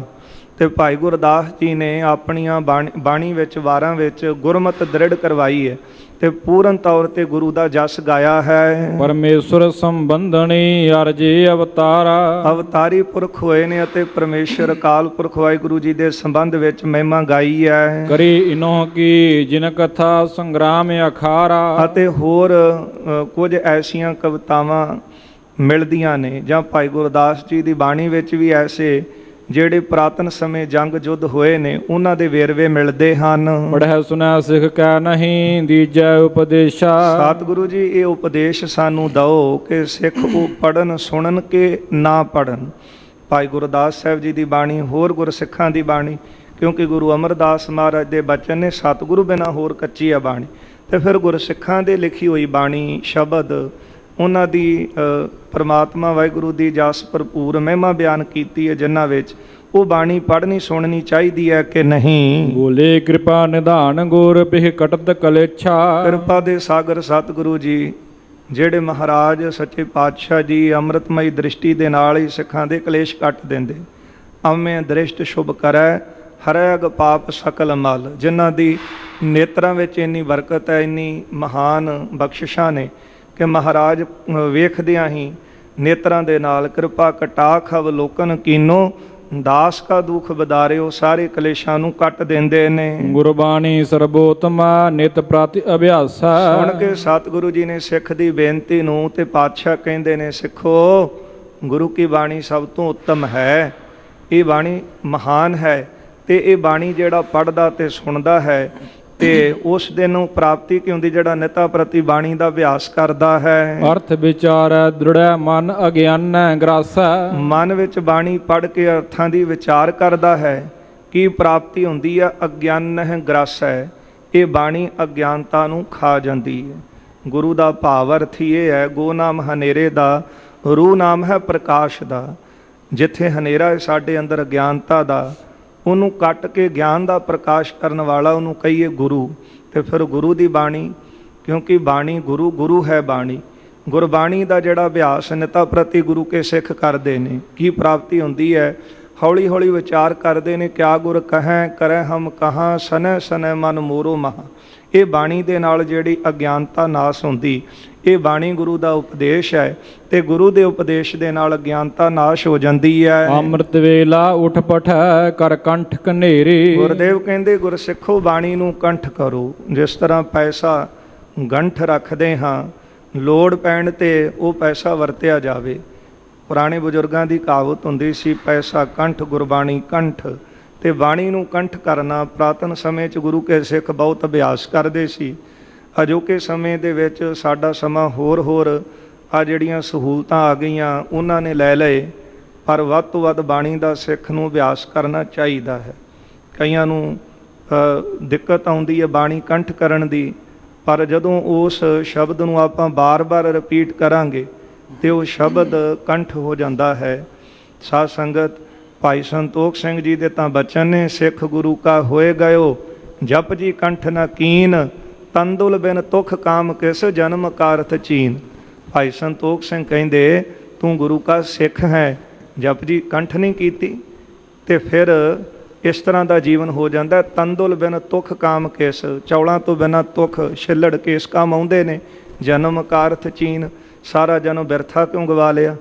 ਜਦੋਂ ਪੈਸਿਆਂ ਦੀ ਲੋੜ ਪੈਂਦੀ ਹੈ ਤੇ ਦੂਜਿਆਂ ਦੀ ਭਾਸ਼ਾ ਵੀ ਸਿੱਖ ਲੈਂਦੇ ਆ। ਪਰ ਜਿਸ ਬਾਣੀ ਨੇ ਲੋਕ ਪਰਲੋਕ ਸੁਹੇਲਾ ਕਰਨਾ ਹੈ, ਘੱਟੋ ਘੱਟ ਜਪਜੀ ਸਾਹਿਬ ਤਾਂ ਕੰਠ ਕਰ ਲੈਂਦਾ। ਤੇ ਗੁਰੂ ਸਿੱਖਾਂ ਨੂੰ ਤਾਂ ਬਹੁਤ ਬਾਣੀ ਕੰਠ ਹੈ, ਨਿਤਨੇਮ ਕੰਠ ਹੈ। ਹੋਰ ਸੁੰਦਰ ਗੁਟਕੇ ਦਾ ਜਿਹੜਾ ਜਾਪ ਕਰਦੇ ਨੇ ਰੋਜ਼ਾਨਾ, ਉਹਨਾਂ ਨੂੰ ਤਕਰੀਬਨ ਸਾਰੀਆਂ ਬਾਣੀਆਂ ਕੰਠ ਹੋ ਜਾਂਦੀਆਂ ਨੇ। ਸੋ ਇਸ ਲਈ ਗੁਰੂ ਅਰਜਨ ਦੇਵ ਸਾਹਿਬ ਸੱਚੇ ਪਾਤਸ਼ਾਹ ਜੀ ਕਹਿੰਦੇ ਨੇ, ਗੁਰ ਸਿੱਖੋ ਅੰਮ੍ਰਿਤ ਵੇਲਾ ਉੱਠ ਪਠੈ। ਅੰਮ੍ਰਿਤ ਵੇਲਾ ਗੁਰੂ ਨਾਨਕ ਸਾਹਿਬ ਸੱਚੇ ਪਾਤਸ਼ਾਹ ਨੇ ਸਾਨੂੰ ਹੁਕਮ ਕੀਤਾ ਹੈ, ਅੰਮ੍ਰਿਤ ਵੇਲਾ ਸੱਚ ਨਾਉ ਵਡਿਆਈ ਵਿਚਾਰ। ਅੰਮ੍ਰਿਤ ਵੇਲਾ ਪ੍ਰਮਾਤਮਾ ਵਾਹਿਗੁਰੂ ਜੀ ਦੀ ਭਗਤੀ ਵਾਸਤੇ ਦਿੱਤਾ ਹੈ। ਇਸ ਲਈ ਅੰਮ੍ਰਿਤ ਵੇਲੇ ਬਾਣੀ ਦਾ ਉੱਠ ਕੇ ਅਭਿਆਸ ਕਰਨਾ, ਇਸ ਬਾਣੀ ਨੂੰ ਕੰਠ ਕਰਨਾ ਹੈ। ਮਹਾ ਮਹਾਤਮ ਪ੍ਰਾਪਤੀ ਮਨ ਪ੍ਰੇਮ ਵਡੇਰੀ। ਜਿਹੜਾ ਬਾਣੀ ਨੂੰ ਪ੍ਰੇਮ ਦੇ ਨਾਲ ਪੜ੍ਹੇਗਾ, ਉਸ ਨੂੰ ਬੜਾ ਵੱਡਾ ਬਾਣੀ ਪੜਨ ਦਾ ਮਹਾਤਮ ਪ੍ਰਾਪਤ ਹੋਵੇਗਾ। ਬਾਣੀ ਅਪਰ ਕਵੀਨ ਕੀ ਮਧਿਅਮ ਸੋ ਜਾਨੋ। ਹੁਣ ਸੁਣੋ, ਜਿਹੜਾ ਗੁਰਸਿੱਖ ਨੇ ਸਵਾਲ ਕੀਤਾ ਸੀ, ਮਹਾਰਾਜ ਸਤਿਗੁਰੂ ਬਿਨਾਂ ਹੋਰ ਕੱਚੀ ਹੈ ਬਾਣੀ। ਕੁਝ ਕਵੀਆਂ ਨੇ, ਵਿਦਵਾਨਾਂ ਨੇ ਮਹਿਮਾ ਲਿਖੀ ਹੈ ਪਰਮਾਤਮਾ ਦੀ, ਕਿ ਉਹ ਪੜ੍ਹਨੀ ਸੁਣਨੀ ਗਾਣੀ ਚਾਹੀਦੀ ਹੈ ਕਿ ਨਹੀਂ। ਜਿਸ ਤਰ੍ਹਾਂ ਭਾਈ ਗੁਰਦਾਸ ਸਾਹਿਬ ਜੀ ਦੀ ਬਾਣੀ, ਗੁਰਦੇਵ ਕਹਿੰਦੇ ਸੁਣੋ, ਜਿਹੜੀ ਕਵੀਆਂ ਦੀ, ਗੁਰਸਿੱਖਾਂ ਦੀ ਬਾਣੀ ਹੈ, ਅਵਤਾਰਨ ਪ੍ਰਭ ਕੋ ਕਥਨ ਗੁਣਿਆਦਿਕ ਗਿਆਨੋ। ਜਿਸ ਬਾਣੀ ਦੇ ਵਿੱਚ ਅਵਤਾਰਾਂ ਦੀ, ਪਰਮਾਤਮਾ ਦੀ, ਗੁਰੂ ਦੀ ਗੁਣ ਆਦਿਕ ਜਿਹੜੇ ਹਨ, ਜਿਹਦੇ ਵਿੱਚ ਸਾਨੂੰ ਸਮਝਾਏ ਹਨ। ਗੁਰਬਾਣੀ ਸੋ ਮਤ ਮਿਲੈ ਕੈ ਜਸ ਗੁਰ ਕੀਰਾ। ਜਿਹਦਾ ਮਤ ਗੁਰੂ ਦੀ ਬਾਣੀ ਨਾਲ ਮੇਲ ਖਾਂਦਾ ਹੈ, ਜਿਸ ਬਾਣੀ ਵਿੱਚ ਗੁਰੂ ਦਾ ਜਸ ਗਾਇਆ ਹੋਵੇ। ਜਿਸ ਤਰ੍ਹਾਂ ਭਾਈ ਗੁਰਦਾਸ ਸਾਹਿਬ ਜੀ ਨੇ ਸਾਰੀ ਬਾਣੀ ਦੇ ਵਿੱਚ ਪ੍ਰਮਾਤਮਾ ਅਕਾਲ ਪੁਰਖ ਦਾ ਜਸ ਗਾਇਆ, ਗੁਰੂ ਸਾਹਿਬਾਨਾਂ ਦੀ ਮਹਿਮਾ ਬਿਆਨ ਕੀਤੀ ਹੈ, ਜਿਹੜੇ ਅਵਤਾਰੀ ਪੁਰਖ ਹੋਏ ਨੇ, ਤੇ ਉਹਨਾਂ ਦਾ ਵੀ ਜਿਹੜਾ ਜ਼ਿਕਰ ਉਹਨਾਂ ਨੇ ਕੀਤਾ ਹੈ। ਗੁਰਦੇਵ ਕਹਿੰਦੇ ਨੇ, ਸਿੱਖ ਕਹਿੰਦੇ ਸਿੱਖਾਂ ਦੀ, ਕਵੀਆਂ ਦੀ ਬਾਣੀ, ਇਹਨਾਂ ਦੀ ਲਿਖਤ ਪੜ੍ਹ ਲੈਣੀ ਚਾਹੀਦੀ ਹੈ। ਤੇ ਹੁਣ ਜਿਸ ਤਰ੍ਹਾਂ ਆਪਾਂ ਭਾਈ ਸੰਤੋਖ ਸਿੰਘ ਜੀ ਦੀ ਲਿਖਤ ਪੜ੍ਹ ਸੁਣ ਰਹੇ ਹਾਂ, ਪਾਤਸ਼ਾਹ ਕਹਿੰਦੇ ਜਿਹੜਾ ਕਵੀ ਦਾ ਮਤ ਗੁਰੂ ਦੇ ਆਸ਼ੇ ਨਾਲ ਮਿਲਦਾ ਹੋਵੇ, ਜਿਹਦੇ ਵਿੱਚ ਪ੍ਰਮਾਤਮਾ ਦਾ ਜਸ ਗਾਇਆ ਹੋਵੇ, ਜਸ ਬਿਆਨ ਕੀਤਾ ਹੋਵੇ। ਪਠੇ ਸੁਨੇ ਸੋ ਪੀ ਸੁਖਦ ਸਿਮਰਹਿ ਸਭ ਬੇਰਾ। ਉਹ ਬਾਣੀ ਨੂੰ ਵੀ ਪੜ੍ਹ ਸੁਣ ਲੈਣਾ ਚਾਹੀਦਾ, ਸੁੱਖ ਦਿੰਦੀ ਹੈ, ਉਹਨੂੰ ਵੀ ਯਾਦ ਕਰਨਾ ਚਾਹੀਦਾ। ਤੇ ਵਿਦਵਾਨ ਜਨ, ਸਾਧ ਸੰਗਤ ਜੀ, ਜਿਸ ਤਰ੍ਹਾਂ ਭਾਈ ਸੰਤੋਖ ਸਿੰਘ ਜੀ ਦਾ ਇੱਕ ਕਵਿਤ ਪੜ੍ਹਦੇ ਹਾਂ, ਬੜਾ ਸੋਹਣਾ। ਛਾਏ ਜਾਤੀ ਏਕਤਾ ਅਨੇਕਤਾ ਬੁਲਾਏ ਜਾਤੀ ਹੋਵਤ ਕੁਚੀਲਤਾ ਕਤੇਬਨ ਕੁਰਾਨ ਕੀ। ਪਾਪ ਹੀ ਪ੍ਰਪੱਕ ਜਾਤੇ ਧਰਮ ਤਸਕ ਜਾਤੇ ਵਰਨ ਗਰਕ ਜਾਤੇ ਸਹਿਤ ਵਿਧਾਨ ਕੀ। ਦੇਵੀ ਦੇਵਾ ਦੇਹੁਰੇ ਸੰਤੋਖ ਸਿੰਘ ਦੂਰ ਹੋਤੇ ਰੀਤ ਮਿਟ ਜਾਤੀ ਕਥਾ ਵੇਦਨ ਪੁਰਾਨ ਕੀ। ਸ਼੍ਰੀ ਗੁਰੂ ਗੋਬਿੰਦ ਸਿੰਘ ਪਾਵਨ ਪਰਮਸੂਰ ਮੂਰਤ ਨਾ ਹੋਤੀ ਜੋ ਪੈ ਕਰੁਣਾ ਨਿਧਾਨ ਕੀ। ਗੁਰੂ ਗੋਬਿੰਦ ਸਿੰਘ ਮਹਾਰਾਜ ਜੀ ਦੀ ਮਹਿਮਾ ਗਾਇਨ ਕੀਤੀ। ਕਿਹੜਾ ਐਸਾ ਕਵੀ, ਐਸੀ ਕਲਮ ਚੱਲੀ ਜੋ ਹਿਰਦੇ ਵਿੱਚ ਪ੍ਰੇਮ ਸੀ ਪ੍ਰਗਟ ਕੀਤਾ ਹੈ। ਇਸ ਲਈ ਗੁਰੂ ਸਾਹਿਬ ਜੀ ਕਹਿੰਦੇ ਨੇ, ਜਿਨ੍ਹਾਂ ਦਾ ਮਤ ਗੁਰੂ ਦੇ ਆਸ਼ੇ ਨਾਲ ਮੇਲ ਖਾਂਦਾ ਹੋਵੇ, ਜਿਨ੍ਹਾਂ ਦੀ ਬਾਣੀ ਵਿੱਚ ਪ੍ਰਭੂ ਦਾ ਜਸ, ਗੁਰੂ ਦਾ ਜਸ ਗਾਇਆ ਹੋਵੇ, ਗੁਰਸਿੱਖੋ ਨੂੰ ਵੀ ਪੜ੍ਹ ਸੁਣ ਲੈਣਾ ਚਾਹੀਦਾ ਹੈ, ਉਹਨੂੰ ਵੀ ਕੰਠ ਕਰ ਲੈਣਾ ਚਾਹੀਦਾ ਹੈ। ਬਾਣੀ ਅਪਰ ਅਨੇਕ ਹੈ ਬਹੁ ਭਾਂਤ ਕਹਾਣੀ। ਹੋਰ ਮਤਾਂ ਦੀਆਂ ਕਹਾਣੀਆਂ ਜਿਹੜੀਆਂ ਨੇ ਤਰ੍ਹਾਂ ਤਰ੍ਹਾਂ ਦੀਆਂ, ਉਹ ਵੀ ਕਹਿੰਦੇ ਨੇ ਕਿ ਸਾਡੀ ਬਾਣੀ ਹੈ। ਸਤਿਗੁਰ ਮਤ ਤੇ ਬਾਹਰੀ ਗਣ ਅਵਗੁਣ ਸਾਣੀ। ਜਿਹੜੀ ਬਾਣੀ ਗੁਰੂ ਦੇ ਮਤ ਤੋਂ ਬਾਹਰੀ ਹੈ ਤੇ ਜਿਸ ਦੇ ਵਿੱਚ ਔਗਣਾ ਦਾ ਜ਼ਿਕਰ ਕੀਤਾ ਹੋਇਆ ਹੈ, ਸੁਨੋ ਨਾ ਪਠੋ ਨਾ ਪ੍ਰੇਮ ਕਰ ਅਵਗਤੀ ਪੁਚਾਵਾ। ਉਹਨੂੰ ਫਿਰ ਪ੍ਰੇਮ ਨਾਲ ਪੜ੍ਹਨਾ ਸੁਣਨਾ ਨਹੀਂ ਚਾਹੀਦਾ, ਉਹਦੇ ਨਾਲ ਦੁਰਗਤੀ ਹੁੰਦੀ ਹੈ। ਕਿਹਦੇ ਨਾਲ? ਇਹ ਉਹਨਾਂ ਬਾਰੇ ਗੁਰੂ ਅਮਰਦਾਸ ਜੀ ਨੇ ਕਿਹਾ ਹੈ ਕਿ ਸਤਿਗੁਰੂ ਬਿਨਾਂ ਹੋਰ ਕੱਚੀ ਹੈ ਬਾਣੀ। ਬਾਣੀ ਤਾਂ ਕੱਚੀ, ਸਤਿਗੁਰੂ ਬਾਝੋਂ ਹੋਰ ਕੱਚੀ ਬਾਣੀ। ਕਹਿੰਦੇ ਕੱਚੇ ਸੁਣਦੇ ਕੱਚੇ, ਕੱਚੀ ਆਖ ਵਖਾਣੀ। ਆ ਦੇਹ ਧਾਰੀਆਂ ਡੰਮ ਗੁਰੂਆਂ ਨੇ ਵੀ ਆਪਣੇ ਗ੍ਰੰਥ ਵੱਡੇ ਵੱਡੇ ਲਿਖ ਕੇ ਰੱਖੇ ਨੇ। ਕੌਣ ਪੁੱਛਦਾ ਉਹਨਾਂ ਨੂੰ ਕਿ ਉਹਨਾਂ ਦੇ ਚੇਲੇ ਹੀ ਨੇ ਜਿਹੜੇ ਆ ਕੁਝ ਸਹੂਲਤਾਂ ਲੈਣ ਵਾਸਤੇ ਉਹਨਾਂ ਕੋਲ ਆਉਂਦੇ ਨੇ, ਕਹਿੰਦੇ ਸਾਡੇ ਬਾਬੇ ਨੇ ਵੀ ਗ੍ਰੰਥ ਲਿਖ ਦਿੱਤਾ। ਪਰ ਉਹ ਬਾਬੇ ਦੇ ਗ੍ਰੰਥ ਨੂੰ ਕਿਹਨੇ ਪੁੱਛਣਾ? ਨਾ ਉਹਨੇ ਰਹਿਣਾ, ਨਾ ਉਹਦੇ ਗ੍ਰੰਥ ਨੇ ਰਹਿਣਾ। ਇਹ ਬਾਣੀ ਤਾਂ ਧੁਰ ਦਰਗਾਹ ਤੋਂ ਆਈ ਹੈ ਤੇ ਰੱਬੀ ਪੈਗਾਮ ਦਿੱਤਾ ਹੈ। ਸੋ ਮਹਾਰਾਜ ਜੀ ਨੇ ਇਸ ਵਿੱਚ ਨਿਰੋਲ ਪਰਮਾਤਮਾ ਅਕਾਲ ਪੁਰਖ ਦੀ ਉਸਤਤ ਹੈ। ਹਰੇਕ ਮਤ ਵਾਸਤੇ, ਹਰੇਕ ਵਰਨ ਵਾਸਤੇ ਸਤਿਗੁਰਾਂ ਨੇ ਉਪਦੇਸ਼ ਦਿੱਤਾ ਹੈ ਪਰਮਾਤਮਾ ਦਾ ਨਾਮ ਜਪਣ ਦਾ। ਇਸ ਲਈ ਗੁਰਦੇਵ ਕਹਿੰਦੇ ਨੇ ਜਿਹੜੀ ਹੋਰ ਹੋਰ ਮਤਾਂ ਦੀ ਆ ਦੰਭੀਆਂ ਪਖੰਡੀਆਂ ਦੀ, ਤੇ ਆਪਾਂ ਸੁਣਦੇ ਹਾਂ, ਇਤਿਹਾਸ ਵਿੱਚ ਪੜ੍ਹਦੇ ਹਾਂ ਕਿ ਮਿਹਰਬਾਨ ਪੁੱਤਰ ਪ੍ਰਿਥੀਏ ਦਾ ਕਵੀਸ਼ਰੀ ਕਰੈ। ਹਿੰਦੀ, ਪਾਰਸੀ, ਸੰਸਕ੍ਰਿਤ ਨਾਲੇ ਗੁਰਮੁਖੀ ਪੜ੍ਹੈ। ਤਿੰਨ ਪੀ ਬਾਣੀ ਬਹੁਤ ਬਣਾਈ, ਭੋਗ ਗੁਰੂ ਨਾਨਕ ਜੀ ਦਾ ਹੀ ਪਾਈ। ਮਹਾਰਾਜ ਕਹਿੰਦੇ ਜਿਹੜੇ ਪੂਰੇ ਦੀ ਬਰਾਬਰੀ ਕਰਕੇ ਤੇ ਉਹਦੇ ਵਿੱਚ ਆਪਣਾ ਜਸ ਗਾਇਨ ਕਰਦੇ ਨੇ। ਹੋਰ ਹੋਰ ਮਤਾਂ ਦੀਆਂ ਕਹਾਣੀਆਂ ਨੇ ਉਹਨੂੰ ਪੜਨ ਸੁਣਨ ਤੋਂ ਪਰਹੇਜ਼ ਰੱਖਣਾ ਚਾਹੀਦਾ ਹੈ। ਪਰਚਾ ਕਰੋ ਸੋ ਛੇਮ ਕੋ ਜੋ ਦੁਖ ਬਿਨ ਸਾਵੈ। ਉਸ ਬਾਣੀ ਦੇ ਨਾਲ ਪ੍ਰੇਮ ਕਰੋ ਜਿਸ ਬਾਣੀ ਨੂੰ ਪੜਨ ਸੁਣਨ ਦੇ ਨਾਲ ਕਲਿਆਣ ਹੁੰਦੀ ਹੈ, ਸੁਖ ਦੀ ਪ੍ਰਾਪਤੀ ਹੁੰਦੀ ਹੈ। ਜੋ ਬਾਣੀ ਗੁਰਦਾਸ ਕੀ ਗੁਰ ਮਹਿਮਾ ਭਾਰੀ। ਜੋ ਭਾਈ ਗੁਰਦਾਸ ਸਾਹਿਬ ਜੀ ਦੀ ਬਾਣੀ ਹੈ, ਉਹਨਾਂ ਦੀ ਲਿਖੀ ਲਿਖਤ ਹੈ ਨਾ, ਉਹਨਾਂ ਦੀ ਬਾਣੀ ਦੇ ਵਿੱਚ ਬੜੀ ਭਾਰੀ ਮਹਿਮਾ ਅਕਾਲ ਪੁਰਖ ਦੀ ਬਿਆਨ ਕੀਤੀ ਹੈ। ਸਖੀ ਪ੍ਰਾਪਤ ਪਠੇਤੀ ਇਮ ਲਿਹੋ ਵਿਚਾਰੀ। ਭਾਈ ਗੁਰਦਾਸ ਸਾਹਿਬ ਜੀ ਦੀ ਬਾਣੀ ਨੂੰ ਪੜਨ ਦੇ ਨਾਲ ਗਿਆਨ ਦੀ ਪ੍ਰਾਪਤੀ ਹੁੰਦੀ ਹੈ, ਪਰਮਾਤਮਾ ਦੀ ਉਸਤਤ ਗਾਇਨ ਹੁੰਦੀ ਹੈ। ਇਹਨੂੰ ਪੜਨਾ ਸੁਣਨਾ ਤੇ ਵਿਚਾਰ ਲੈਣਾ ਚਾਹੀਦਾ ਹੈ। ਇਮ ਕਹਿ ਲਗੇ ਵਿਚਾਰਨੇ ਜਗ ਕੀ ਕਲਿਆਣਾ। ਹੁਣ ਸਤਿਗੁਰੂ ਜੀ ਨੇ ਸਿੱਖਾਂ ਦੇ ਉੱਤਰ ਤਾਂ ਦੇ ਦਿੱਤੇ ਨੇ, ਪਰ ਪਾਤਸ਼ਾਹ ਜੀ ਆਪਣੇ ਚਿੱਤ ਵਿੱਚ ਵਿਚਾਰ ਕਰਦੇ ਨੇ ਕਿ ਜਿਸ ਤਰ੍ਹਾਂ ਸਤਿਗੁਰਾਂ ਨੇ ਜਗਤ ਦੀ ਕਲਿਆਣ ਕਰਨ ਵਾਸਤੇ ਆਏ ਨੇ ਤੇ ਕਲਿਆਣ ਵਾਸਤੇ ਸਦੀਵ ਕਾਲ ਵਾਸਤੇ ਇਹ ਅਖੰਡ ਬਾਣੀ ਦਾ ਪ੍ਰਕਾਸ਼ ਕਰਨਾ ਹੈ, ਇਸ ਦੀ ਵਿਚਾਰ ਸਤਿਗੁਰਾਂ ਨੇ ਕੀਤੀ ਹੈ। ਵਿਖੀ ਭਵਿੱਖਤ ਵਾਰਤਾ ਹਮ ਹੋਏ ਦਸਥਾਨਾ। ਭਵਿੱਖ ਦੀ ਵਾਰਤਾ ਸਤਿਗੁਰਾਂ ਨੇ ਧਿਆਨ ਵਿੱਚ ਲਿਆਂਦੀ ਹੈ ਕਿ ਅਸੀਂ 10 ਥਾਵਾਂ ਤੇ ਇਹ ਸਰੀਰ ਧਾਰਨੇ, 10 ਜਾਮੇ ਧਾਰਨੇ ਹਨ। ਪਾਸ਼ੇ ਸਿੱਖੀ ਕਿਮ ਰਹਿ ਕਿਹ ਟੇਕੈ ਮਾਥਾ। 10 ਜਾਮਿਆਂ ਪਿੱਛੋਂ ਸਿੱਖੀ ਕਿਸ ਤਰ੍ਹਾਂ ਕਾਇਮ ਰਹੇਗੀ? ਗੁਰੂ ਕੇ ਸਿੱਖ ਕਿਸ ਨੂੰ ਨਮਸਕਾਰ ਕਰਨਗੇ? ਤੇ ਨਮਸਕਾਰ ਤੋਂ ਭਾਵ ਹੁੰਦਾ ਹੈ ਗੁਰ ਸੰਗਤ ਜੀ ਆਪਣਾ ਆਪ ਗੁਰੂ ਨੂੰ ਅਰਪਣ ਕਰ ਦੇਣਾ ਤੇ ਗੁਰੂ ਦੇ ਮੱਤ ਦੇ ਧਾਰਨੀ ਹੋ ਜਾਣਾ। ਇਹ ਭਾਵ ਹੁੰਦਾ ਗੁਰੂ ਦੇ ਚਰਨਾਂ ਵਿੱਚ ਨਤਮਸਤਕ ਹੋਣਾ ਤੇ ਫਿਰ ਉੱਥੇ ਆਪਣੀ ਮੱਤ ਨਹੀਂ ਵਰਤਣੀ। ਤੇ ਗੁਰੂ ਸਾਹਿਬ ਨੇ ਆਪਣੇ ਚਿੱਤ ਵਿੱਚ ਵਿਚਾਰਿਆ ਕਿ ਸੰਸਾਰ ਦੀ ਕਲਿਆਣ ਕਿਸ ਤਰ੍ਹਾਂ ਹੋਵੇਗੀ। 10 ਜਾਮੇ ਅਸੀਂ ਧਾਰਨੇ ਨੇ ਤੇ ਫਿਰ ਉਸ ਤੋਂ ਬਾਅਦ ਸਿੱਖੀ ਕਿਸ ਤਰ੍ਹਾਂ ਕਾਇਮ ਰਹੇਗੀ? ਸਿੱਖ ਕਿਸ ਨੂੰ ਨਮਸਕਾਰ ਕਰਨਗੇ? ਗੁਰੂ ਜਾਣ ਕੇ। ਸ਼ਬਦ ਨਰਾਲੇ ਕਿਮ ਰਹਿ ਮਿਲੇ ਨਾ ਕਿਹ ਸਾਥਾ। ਇਹ ਸਾਰੇ ਸ਼ਬਦ ਵੱਖਰੇ ਕਿਸ ਤਰ੍ਹਾਂ ਰਹਿਣ? ਕਿਸੇ ਹੋਰ ਦੰਭੀ ਪਖੰਡੀ ਦੇਹਧਾਰੀ ਜਿਹੜੇ ਸਿੱਖ ਕਹਿੰਦੇ ਸਨ ਕਿ ਮਹਾਰਾਜ ਉਹ ਵੀ ਬਾਣੀ ਲਿਖਣ ਲੱਗ ਪਏ ਨੇ, ਇਹ ਵੀ ਸਤਿਗੁਰਾਂ ਨੇ ਵਿਚਾਰਿਆ ਕਿ ਉਹਨਾਂ ਦੀ ਮਿਲਾਵਟ ਇਸ ਵਿੱਚ ਨਾ ਹੋਵੇ। ਇਮ ਵਿਚਾਰ ਬੋਲੇ ਗੁਰੂ ਤਟ ਨਦੀ ਬਿਪਾਸਾ। ਇਹ ਵਿਚਾਰ ਕਰਕੇ ਸਤਿਗੁਰੂ ਜੀ ਨੇ ਫਿਰ ਮਹਾਰਾਜ ਨੇ ਭਰੀ ਸੰਗਤ ਦਾ ਇਕੱਠ ਸੀ, ਸਭਾ ਲੱਗੀ ਸੀ, ਇੱਥੇ ਮਹਾਰਾਜ ਬਿਰਾਜਮਾਨ ਨੇ ਤੇ ਗੁਰਦੇਵ ਨੇ ਕਿਹਾ ਕਿ ਗੁਰਸਿੱਖੋ ਬਿਆਸ ਨਦੀ ਦੇ ਕੰਢੇ ਤੇ ਨਗਰੀ ਗੋਇੰਦਵਾਲ ਹੈ ਸ੍ਰੀ ਸਤਿਗੁਰ ਬਾਸਾ। ਗੁਰੂ ਅਮਰਦਾਸ ਮਹਾਰਾਜ ਜੀ ਦੀ ਵਰਸਾਈ ਹੋਈ ਨਗਰੀ ਗੋਇੰਦਵਾਲ ਹੈ। ਗੋਇੰਦਵਾਲ ਗੋਬਿੰਦਪੁਰੀ ਸਮਝਲਨ ਤੀਰ ਬਪਾਸ ਬਣਾਏ। ਮਹਾਰਾਜ ਗੁਰੂ ਅਮਰਦਾਸ ਜੀ ਨੇ ਗੁਰੂ ਅੰਗਦ ਦੇਵ ਸਾਹਿਬ ਜੀ ਦਾ ਹੁਕਮ ਪਾ ਕੇ ਬਿਆਸਾ ਦਰਿਆ ਦੇ ਕੰਢੇ ਤੇ ਇੱਕ ਸੋਹਣੀ ਨਗਰੀ ਵਸਾਈ, ਜਿਹੜੀ ਪ੍ਰਮਾਤਮਾ ਦੀ ਪੁਰੀ ਦੇ ਸਮਾਨ ਹੈ। ਪ੍ਰਮਾਤਮਾ ਦੀ ਪੁਰੀ ਹੀ ਹੈ ਜਿਹੜੀ ਨਗਰੀ ਗੁਰੂ ਨੇ ਵਸਾਈ, ਉਹ ਗੁਰੂ ਦੀ ਪੁਰੀ ਅਕਾਲ ਪੁਰਖ ਪਰਮਾਤਮਾ ਦੀ ਨਿਰੰਕਾਰ ਦੀ ਪੁਰੀ ਹੈ ਨਾ। ਅੰਮ੍ਰਿਤਸਰ ਸਿਫਤੀ ਦਾ ਘਰ, ਇਹ ਪਾਵਨ ਅੰਮ੍ਰਿਤਸਰ ਨਗਰੀ, ਗੋਇੰਦਵਾਲ ਸਾਹਿਬ ਨਗਰੀ, ਖਡੂਰ ਸਾਹਿਬ, ਕਰਤਾਰਪੁਰ, ਕੇਸਗੜ੍ਹ ਸਾਹਿਬ ਦੀ ਪਾਵਨ ਧਰਤੀ, ਕੀਰਤਪੁਰ ਸਾਹਿਬ, ਕਰਤਾਰਪੁਰ ਸਾਹਿਬ, ਜਿਹੜੀਆਂ ਨਗਰੀਆਂ ਗੁਰੂ ਸਾਹਿਬ ਜੀ ਨੇ ਵਰਸਾਈਆਂ ਨੇ ਉਹ ਨਗਰੀਆਂ ਗੁਰੂ ਸਾਹਿਬ ਦੀਆਂ ਅਕਾਲ ਪੁਰਖ ਦੀ ਨਗਰੀ ਹੈ।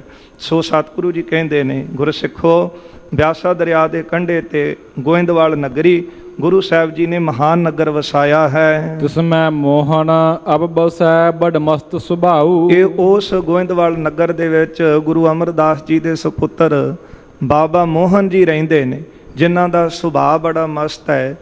ਇਹ ਬੰਦਗੀ ਵਾਲੇ ਨੇ, ਕਮਾਈ ਵਾਲੇ ਨੇ।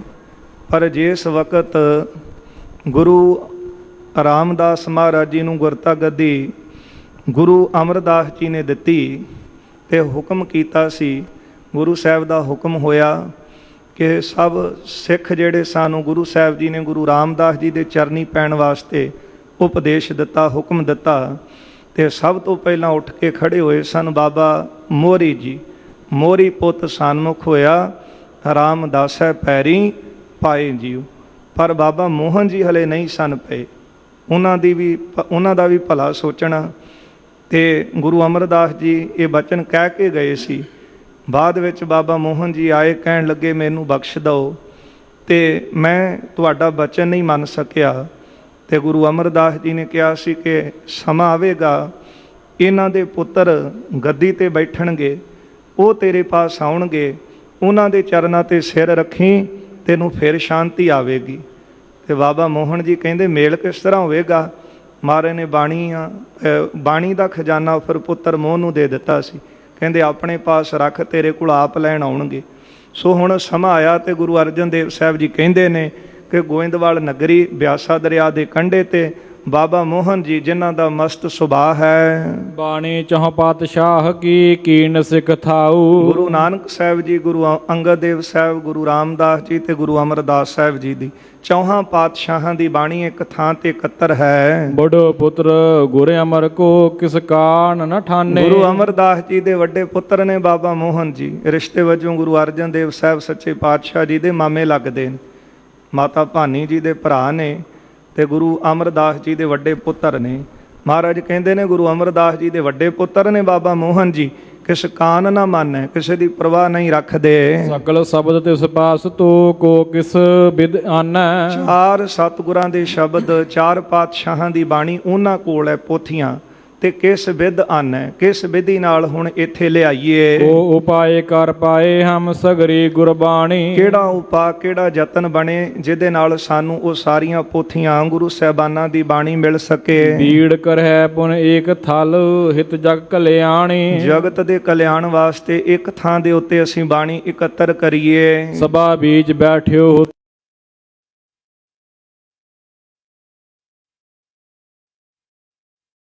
ਸੁਣਦ ਕਹਿਓ ਕਰ ਜੋਰ ਕਰਹੁ ਪਹੁੰਚੋ ਪਾਸੂ। ਗੁਰੂ ਸਾਹਿਬ ਜੀ ਦਾ ਇਹ ਬਚਨ ਸੁਣ ਕੇ ਭਾਈ ਗੁਰਦਾਸ ਸਾਹਿਬ ਖਲੋ ਗਏ, ਆਪਣੇ ਆਪ ਖਲੋਤੇ ਤੇ ਹੱਥ ਜੋੜ ਕੇ ਮਹਾਰਾਜ ਨੂੰ ਕਹਿਣ ਲੱਗੇ, ਸਤਿਗੁਰੂ ਮੈਨੂੰ ਹੁਕਮ ਦਿਓ, ਮੈਂ ਗੋਇੰਦਵਾਲ ਸਾਹਿਬ ਜਾਣਾ ਹਾਂ। ਪੋਥੀ ਸਗਰੀ ਆਨਹੁ ਆਇਸ ਨਿਜ ਦੀਜਾ। ਗੋਇੰਦਵਾਲ ਸਾਹਿਬ ਜਾਣ ਦੀ ਮੈਨੂੰ ਆਗਿਆ ਦਿਓ ਤੇ ਮੈਂ ਜਾ ਕੇ ਉਹ ਪੋਥੀਆਂ ਲੈ ਆਨਾ। ਮੋਹਨ ਮਿਲਿਆ ਮੋਹਰੀ ਮੋਹ ਕਹੁ ਸਮਝੀਜੈ। ਮੋਹਨ ਅਤੇ ਮੋਹਰੀ ਇਹਨਾਂ ਨੂੰ ਮੈਂ ਜਾ ਕੇ ਮਿਲ ਲਵਾਂਗਾ। ਮੈਨੂੰ ਪਤਾ ਇਹਨਾਂ ਨੂੰ ਕਿਸ ਤਰ੍ਹਾਂ ਸਮਝਾਉਣਾ ਹੈ, ਕਿਉਂਕਿ ਰਿਸ਼ਤੇ ਵਜੋਂ ਭਾਈ ਗੁਰਦਾਸ ਸਾਹਿਬ ਜੀ ਬੀਬੀ ਭਾਨੀ ਜੀ ਦੇ ਭਰਾ ਲੱਗਦੇ ਹਨ ਤੇ ਬਾਬਾ ਮੋਹਨ ਤੇ ਬਾਬਾ ਮੋਹਰੀ ਜੀ ਉਹ ਵੀ ਰਿਸ਼ਤੇ ਵਜੋਂ ਭਰਾ ਹੀ ਲੱਗੇ।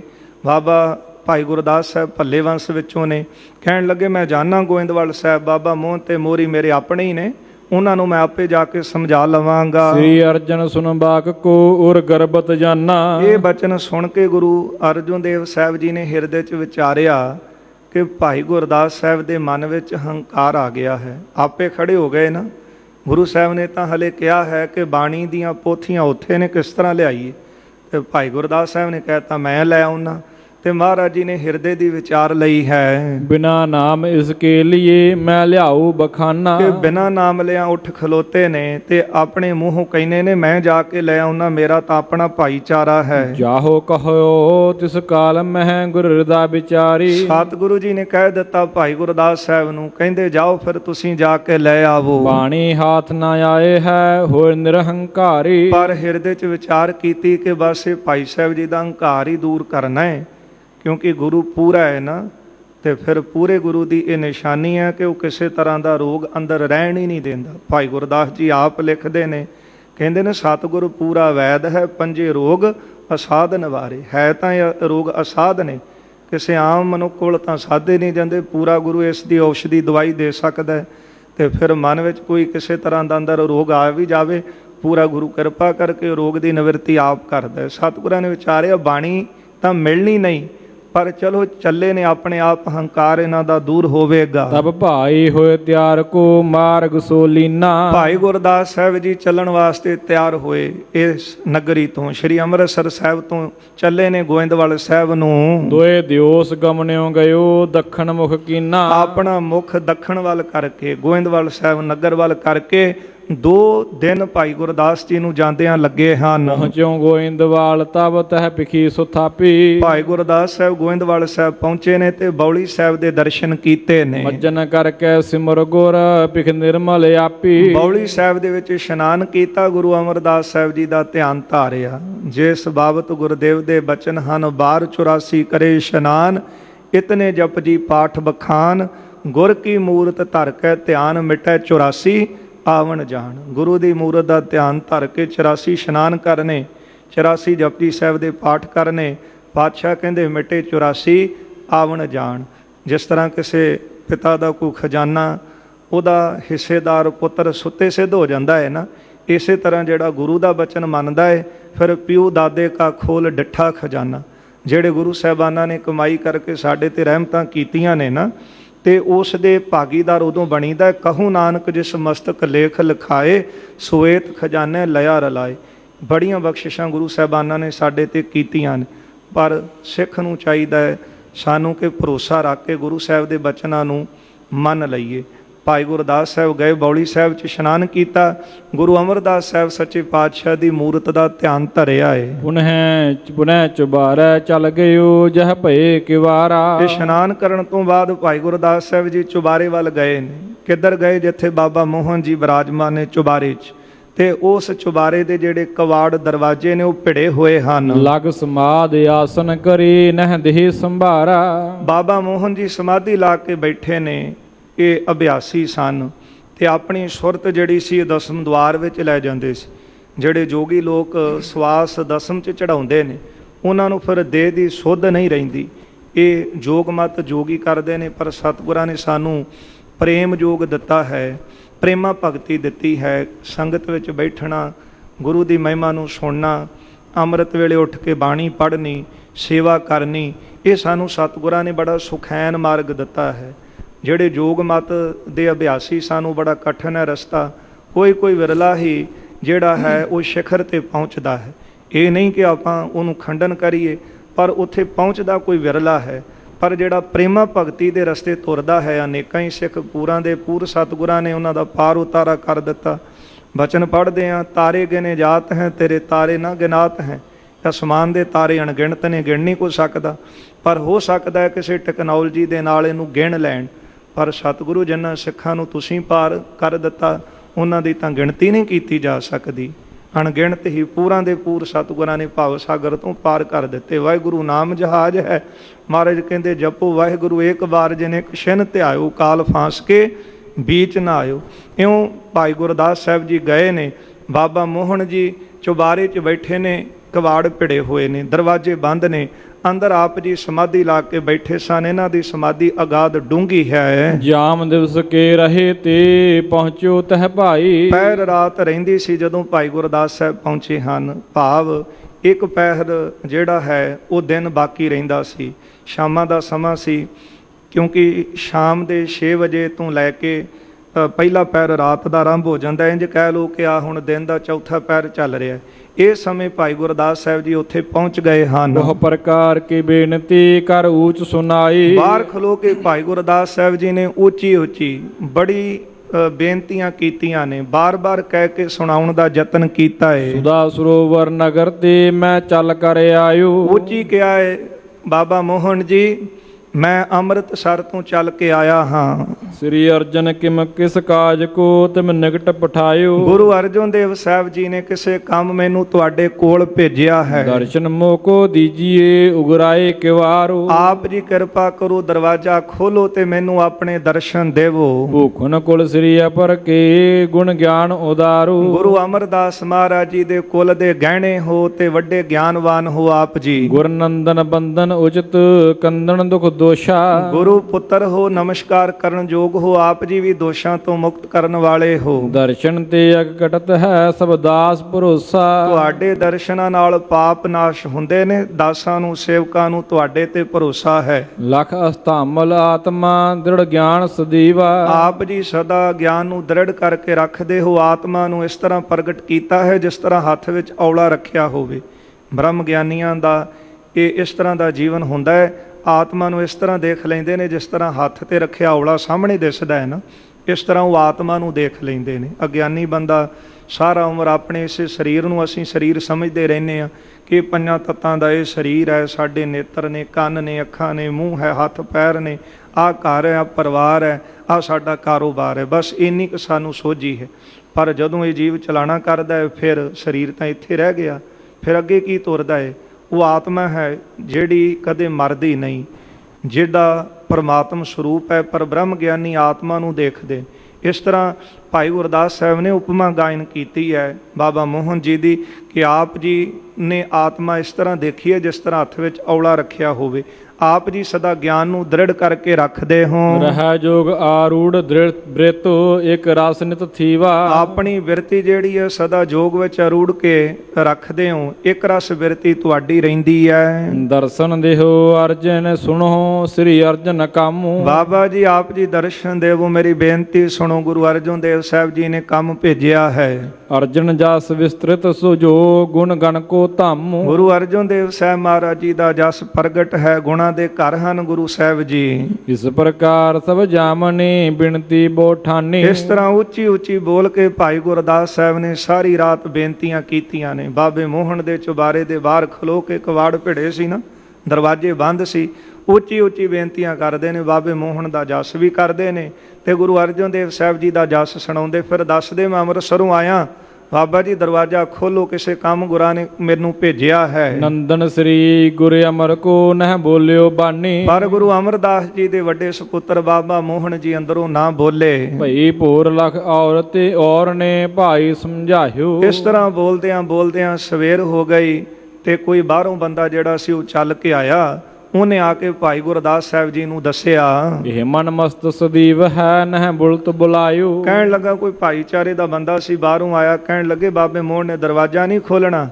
ਇਹ ਤਾਂ ਸਦਾ ਮਸਤ ਸੁਭਾਅ ਦੇ ਵਿੱਚ ਰਹਿੰਦੇ ਨੇ, ਆਪਣੇ ਆਨੰਦ ਵਿੱਚ ਹੀ ਰਹਿੰਦੇ ਹਨ। ਮਰਜੀ ਆਪਣੀ ਕਰਤ ਹੈ ਨਹਿ ਗਰਜੀ ਕਾਹੂ। ਆਪਣੀ ਮਰਜ਼ੀ ਕਰਦੇ ਨੇ, ਕਿਸੇ ਦੀ ਇਹਨਾਂ ਨੂੰ ਪਰਵਾਹ ਨਹੀਂ ਹੈ। ਹਰ ਜੀ ਸੁਨੇ ਨਾ ਕਹੇ ਤੇ ਹਰ ਜੀ ਮਨ ਮਾਹੂ। ਨਾ ਕਿਸੇ ਦੀ ਬੇਨਤੀ ਕਰਨ ਨੂੰ ਸੁਣਦੇ ਨੇ, ਸਦਾ ਹੀ ਆਪਣਾ ਮਨ ਪ੍ਰਮਾਤਮਾ ਦੀ ਭਗਤੀ ਵਿੱਚ ਰੱਖਦੇ ਹਨ। ਦਰ ਖੁਲਾਵਨੇ ਹੇਤ ਕੋ ਬਹੁ ਕਰੇ ਉਪਾਉ। ਭਾਈ ਗੁਰਦਾਸ ਜੀ ਨੇ ਦਰਵਾਜ਼ਾ ਖਲਾਉਣ ਵਾਸਤੇ ਬੜੇ ਯਤਨ ਕੀਤੇ ਨੇ, ਪਛ ਹਾਰਿਓ ਗੁਰਦਾਸ ਤਵ ਬਸ ਚਲਿਓ ਨਾ ਕਾਉ। ਪਰ ਜਦੋਂ ਕੋਈ ਵਸ ਨਾ ਚੱਲਿਆ, ਪਛ ਹਾਰ ਗਏ, ਥੱਕ ਗਏ, ਕਿਉਂਕਿ ਸਾਰੀ ਰਾਤ ਪੈਰ ਦਿਨ ਰਹਿੰਦਾ ਸੀ।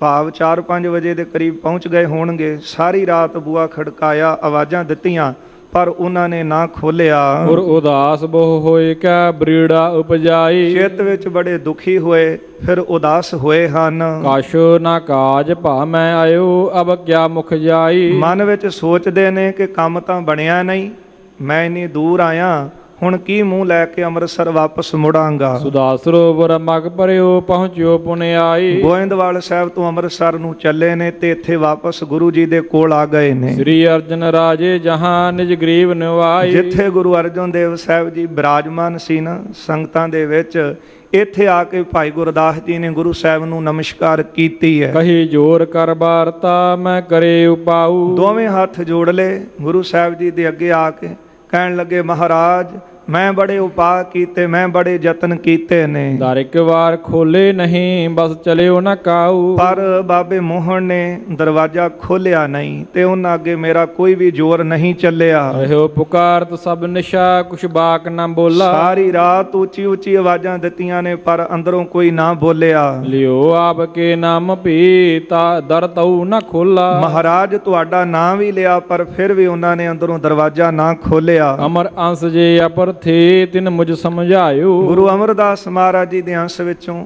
ਭੱਲੇ ਅੰਸ਼ ਵਿੱਚੋਂ ਕੋਈ ਉੱਥੇ ਸੀ, ਉਹਨੇ ਆ ਕੇ ਮੈਨੂੰ ਦੱਸਿਆ, ਮਸਤ ਰਹਿ ਇਹ ਤੋ ਸਦਾ ਕਹਿ ਮੋਹਿ ਹਟਾਇਓ। ਬਾਬਾ ਮੋਹਣ ਜੀ ਸਦਾ ਮਸਤ ਰਹਿੰਦੇ ਨੇ ਤੇ ਕਹਿ ਕੇ ਉਹਨਾਂ ਨੇ ਮੈਨੂੰ ਵਾਪਸ ਮੋੜ ਦਿੱਤਾ। ਤਬ ਸਾਹਿਬ ਬੁੱਢੇ ਸੁਣਿਓ ਕਾਰਜ ਨਹਿ ਹੋਵਾ। ਇਹ ਗੱਲ ਬਾਬਾ ਬੁੱਢਾ ਸਾਹਿਬ ਜੀ ਨੇ ਸੁਣੀ ਹੈ ਤੇ ਸੁਣ ਕੇ ਬਾਬਾ ਜੀ ਨੇ ਵਿਚਾਰਿਆ ਕਿ ਭਾਈ ਗੁਰਦਾਸ ਸਾਹਿਬ ਜਿਹੜੇ ਕੰਮ ਗਏ ਸੀ ਇਹਨਾਂ ਤੋਂ ਨਹੀਂ ਬਣਿਆ।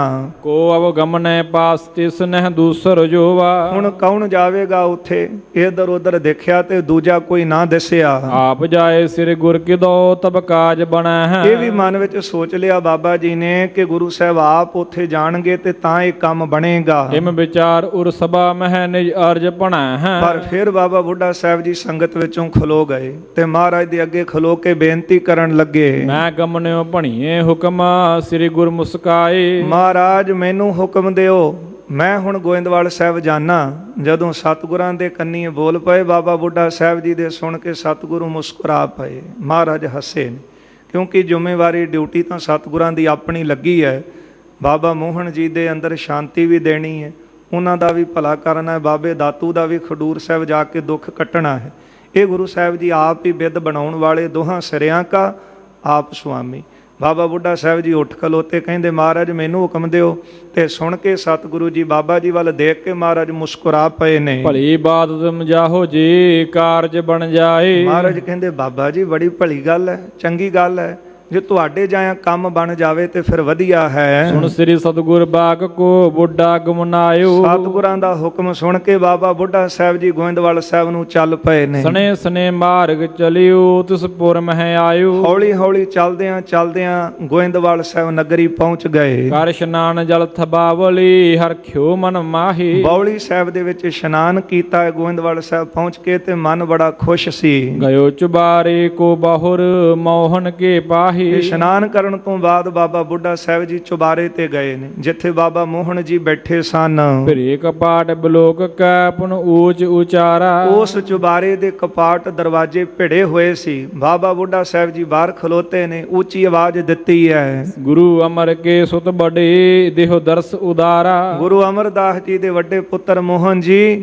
ਆਪ ਜੀ ਕਿਰਪਾ ਕਰਕੇ ਮੈਨੂੰ ਦਰਸ਼ਨ ਦੇਵੋ। ਸ੍ਰੀ ਅਰਜਨ ਭੇਜਿਓ ਮੁਝੇ ਬੁੱਢਾ ਮਮ ਨਾਮੂ। ਗੁਰੂ ਅਰਜਨ ਦੇਵ ਸਾਹਿਬ ਜੀ ਨੇ ਭੇਜਿਆ ਹੈ ਮੈਨੂੰ, ਮੇਰਾ ਨਾਮ ਬੁੱਢਾ ਹੈ। ਕਿਰਪਾ ਕਰੋ ਸੁਣ ਲੀਜੀਏ ਕੀਜਾ ਪੁਨ ਕਾਮੂ। ਕਿਰਪਾ ਕਰੋ, ਆਪ ਜੀ ਬੇਨਤੀ ਸੁਣੋ ਤੇ ਮੇਰਾ ਕੰਮ ਪੂਰਾ ਕਰੋ। ਰਹਿਓ ਪੁਕਾਰ ਨ ਸੁਣਿਓ ਕਿਛ ਨ ਕਿਵਾਰ ਉਘਾਰਿਓ। ਬੜੀਆਂ ਆਵਾਜ਼ਾਂ ਬਾਬਾ ਬੁੱਢਾ ਸਾਹਿਬ ਜੀ ਨੇ ਦਿੱਤੀਆਂ, ਪਰ ਬਾਬੇ ਮੋਹਨ ਜੀ ਨੇ ਦਰਵਾਜ਼ਾ ਨਹੀਂ ਖੋਲਿਆ। ਨਾ ਬੋਲਿਓ ਕਿਸ ਭਾਂਤ ਕਾਰ ਭਾਈ ਪਹਿਚਾਰੇ ਪਚਹਾਰਿਓ। ਨਾ ਹੀ ਅੰਦਰੋਂ ਕੋਈ ਆਵਾਜ਼ ਦਿੱਤੀ ਹੈ, ਬਾਹਰ ਉੱਚੀ ਉੱਚੀ ਆਵਾਜ਼ਾਂ ਦੇ ਕੇ ਬਾਬਾ ਬੁੱਢਾ ਸਾਹਿਬ ਜੀ ਹਾਰ ਗਏ। ਕਰ ਕੋ ਦੁਹੂ ਕਪਾਟ ਕੋ ਖਰਕਾਵਨ ਕੀਨੋ। ਫਿਰ ਅੱਗੇ ਜਾ ਕੇ ਤੇ ਆਪਣੇ ਦੋਹਾਂ ਹੱਥਾਂ ਦੇ ਨਾਲ ਦਰਵਾਜ਼ਾ ਭਿੜਿਆ ਹੋਇਆ ਸੀ, ਦੋਵੇਂ ਹੱਥਾਂ ਦੇ ਨਾਲ ਉਹ ਦਰਵਾਜ਼ਾ ਖੜਕਾਇਆ ਹੈ। ਜੋਰ ਲਾਏ ਜੋ ਹਨ ਕਰੇ ਬਹੁ ਦ੍ਰਿੜ ਕਰ ਦੀਨੋ। ਬਹੁਤ ਜ਼ੋਰ ਲਾ ਕੇ ਹਿਲਾਇਆ, ਤਕੜੇ ਸਨ ਸਰੀਰ ਦੇ, ਹੱਥੀਂ ਵਾਹੀ ਕਰਦੇ ਸੀ ਸਾਰੇ।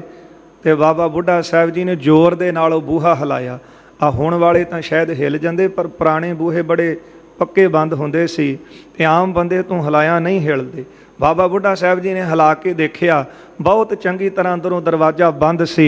ਯਤਨ ਰਹਿਓ ਕਰ ਖੁਲੇ ਨ ਹੈ ਅੰਤਰ ਨਹਿ ਬੋਲਾ। ਬੜਾ ਯਤਨ ਕੀਤਾ, ਹਿਲਾ ਕੇ ਦੇਖਿਆ, ਨਹੀਂ ਖੁੱਲਿਆ ਤੇ ਨਾ ਹੀ ਕੋਈ ਅੰਦਰੋਂ ਆਵਾਜ਼ ਆ ਰਹੀ ਸੀ। ਬੁੱਢਾ ਹਿਰਦੈ ਵਿਚਾਰ ਤੋ ਕਿਮਲੇ ਦਰ ਖੋਲਾ। ਬਾਬਾ ਜੀ ਨੇ ਚਿੱਤ ਵਿੱਚ ਵਿਚਾਰਿਆ ਕਿ ਦਰਵਾਜ਼ਾ ਕਿਸ ਤਰ੍ਹਾਂ ਖੋਲੀਏ। ਬਲ ਤੇ ਚੂਥੀ ਖਿਆਚ ਕੇ ਬਹੁ ਬਾਰ ਹਲਾਈ। ਫਿਰ ਸਰੀਰ ਦੇ ਬਲੀ ਸਨ ਤੇ ਬਾਬਾ ਜੀ ਨੇ ਆਪਣਾ ਬਲ ਲਾਇਆ ਤੇ ਜਿਹੜੀ ਚੂਲ ਸੀ ਹਿਲਾ ਕੇ ਤੇ ਚੰਗੀ ਤਰ੍ਹਾਂ ਬੂਹਾ ਜਿਹੜਾ ਸੀ ਉਹ ਹਿਲਾ ਦਿੱਤਾ। ਇਤ ਉਤ ਕਰ ਕੈ ਜੋਰ ਤੇ ਬਾਹਰ ਨਿਕਸਾਈ। ਇੱਧਰ ਉੱਧਰ ਕਰਕੇ ਉਹ ਜਿਹੜੀ ਚੂਲ ਸੀ ਬਾਬਾ ਜੀ ਨੇ ਬਾਹਰ ਖਿੱਚ ਲਈ ਹੈ। ਈਟਾਂ ਕੁਛ ਕੁ ਉਖੀਰ ਕੈ ਲਈ ਖੋਲ ਕਿਵਾਰਾ। ਉਹ ਦਰਵਾਜ਼ੇ ਦੀਆਂ ਕੁਝ ਕਿੱਟਾਂ ਉਖੇੜੀਆਂ ਨੇ ਤੇ ਬਾਬਾ ਜੀ ਨੇ ਆਪਣੇ ਬਲ ਦੇ ਨਾਲ ਉਹ ਦਰਵਾਜ਼ਾ ਜਿਹੜਾ ਸੀ ਚੁਬਾਰੇ ਦਾ ਖੋਲ ਦਿੱਤਾ। ਅੰਤਰ ਜਾਏ ਪ੍ਰਵੇਸ਼ਿਓ ਬਿਨ ਸੰਕੇ ਉਧਾਰਾ। ਅੰਦਰ ਜਾ ਕੇ ਦੇਖਿਆ ਤੇ ਬਾਬਾ ਮੋਹਨ ਜੀ ਬਿਨਾਂ ਸੰਸ਼ੇ ਤੋਂ ਬੈਠੇ ਹਨ। ਸ੍ਰੀ ਮੋਹਨ ਬੈਠੇ ਜਹਾਂ ਪਦਮਾਸਨ ਧਾਰੇ। ਜਿੱਥੇ ਬਾਬਾ ਮੋਹਨ ਜੀ ਬੈਠੇ ਸਨ ਪਦਮਾਸਨ ਲਾ ਕੇ, ਜੋਗੀ ਲੋਕ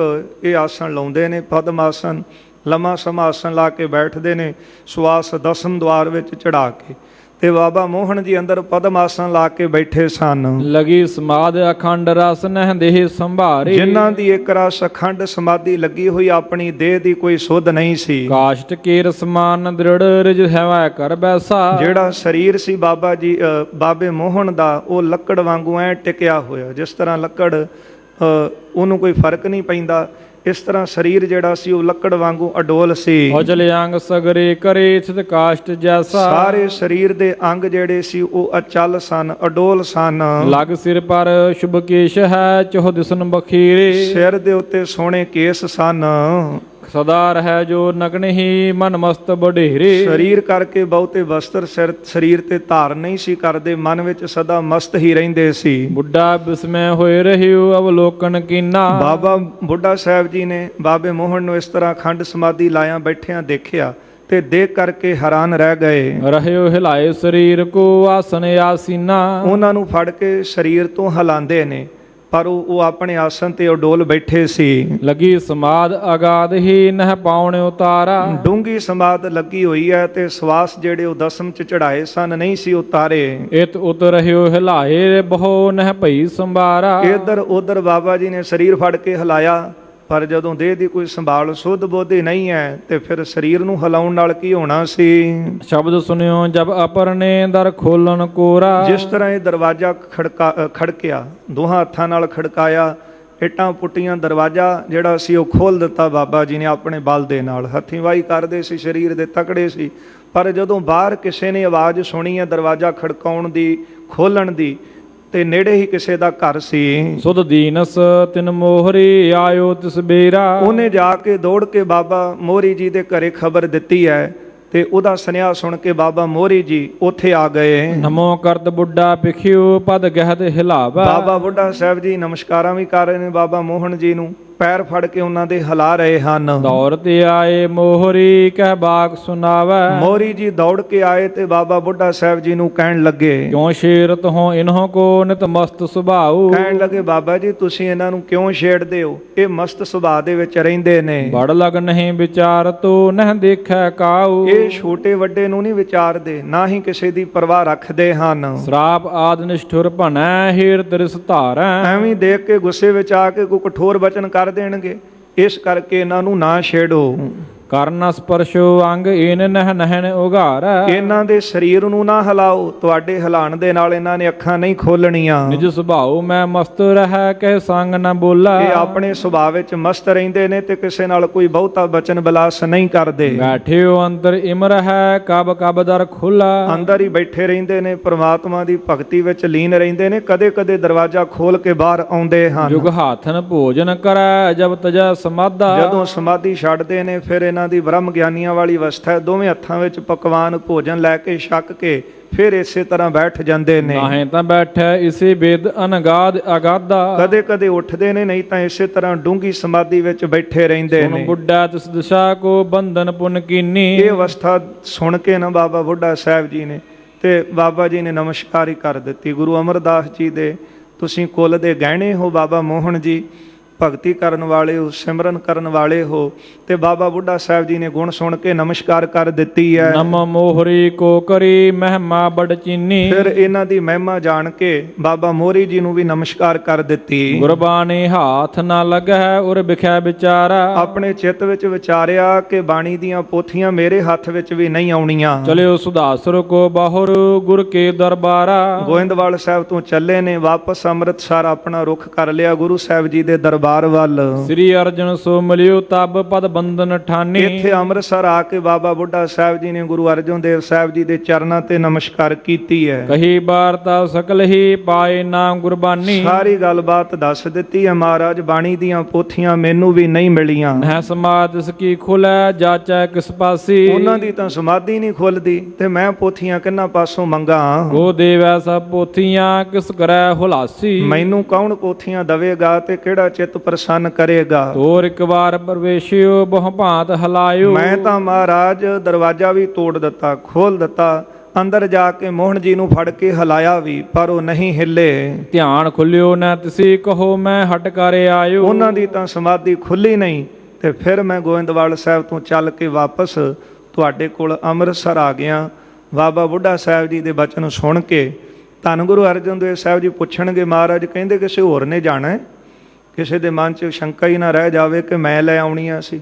ਫਿਰ ਸਾਰੇ ਸਿੱਖ ਕਹਿਣਗੇ ਕਿ ਨਹੀਂ, ਕਿਉਂਕਿ ਸਭ ਤੋਂ ਵੱਡੇ ਮੁਖੀ ਸਿੱਖ ਤਾਂ ਬਾਬਾ ਬੁੱਢਾ ਸਾਹਿਬ ਜੀ ਨੇ, ਤੇ ਜੇ ਉਹਨਾਂ ਨੂੰ ਨਹੀਂ ਮਿਲੀਆਂ ਤੇ ਫਿਰ ਸਤਿਗੁਰੂ ਇਹ ਤੁਹਾਡਾ ਕਾਰਜ ਹੈ। ਜਿਸ ਕਾ ਕਾਰਜ ਤਿਨ ਹੀ ਕੀਆ ਮਾਨਸ ਕਿਆ ਵਿਚਾਰਾ ਰਾਮ। ਇਹ ਤਾਂ ਗੁਰੂ ਸਮਰੱਥ ਹੈ, ਸਿਰ ਤੇ ਹੱਥ ਰੱਖ ਕੇ ਆਪ ਕਰਾ ਲੈਣ ਤੇ ਉਹ ਕਾਰਜ ਸਿਰੇ ਚੜ੍ਹਦਾ ਹੈ। ਨਹੀਂ ਤਾਂ ਸਤਿਗੁਰੂ ਤੁਹਾਡੇ ਕਾਰਜ ਨੇ, ਤੁਸੀਂ ਆਪ ਹੀ ਕਰਦੇ ਹੋ, ਆਪ ਵਿੱਚ ਵਰਤ ਕੇ ਕਰਾ ਲੈਂਦੇ ਹੋ ਸਿੱਖਾਂ ਦੇ, ਪਰ ਹੁੰਦਾ ਕਾਰਜ ਤੁਹਾਡੇ ਕੀਤਿਆਂ ਹੀ। ਫਿਰ ਸਤਿਗੁਰੂ ਆਪ ਅੰਮ੍ਰਿਤਸਰ ਸਾਹਿਬ ਤੋਂ ਗੋਇੰਦਵਾਲ ਸਾਹਿਬ ਜਾਣਗੇ। ਕਿਸ ਤਰ੍ਹਾਂ ਫਿਰ ਸਤਿਗੁਰੂ ਨਿਮਰਤਾ ਦੇ ਨਾਲ ਸ਼ਬਦ ਉਚਾਰਨ ਕਰਦੇ ਨੇ।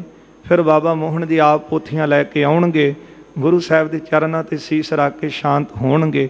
ਇਹ ਵਿਚਾਰਾਂ ਪਾਉਂਦੇ ਦੀਵਾਨਾਂ 'ਚ ਸਰਵਣ ਕਰਨੀਆਂ ਨੇ। ਭੁੱਲਾਂ ਚੁੱਕਾਂ ਦੀ ਖਿਮਾ ਕਰ ਦੇਣੀ ਜੀ, ਅੱਗੇ ਵਾਸਤੇ ਅਸੀਸ ਦੇਣੀ। ਗੁਰੂ ਸਾਹਿਬ ਦਾ ਜਸ ਕਰਨ ਦੀ ਜਾਚ ਆ ਜਾਵੇ। ਆਓ ਦੋ ਪੰਕਤੀਆਂ ਖੀਲੀਆਂ ਸਰਵਣ ਕਰੀਏ, ਇੱਥੇ ਫਤਿਹ ਬੁਲਾਈਏ ਜੀ। ਤੋਰ ਕੇ ਵਾਰ ਪ੍ਰਵੇਸ਼ਿਓ ਬਹੁ ਭਾਂਤ ਹਿਲਾਇਓ। ਧਿਆਨ ਖੁੱਲਿਓ ਨਹਿ ਤਿਸੀ ਕਹੋ ਮੈਂ ਹਟ ਕਰ ਆਇਓ। ਵਾਹਿਗੁਰੂ ਜੀ ਕਾ ਖਾਲਸਾ, ਵਾਹਿਗੁਰੂ ਜੀ ਕੀ ਫਤਿਹ।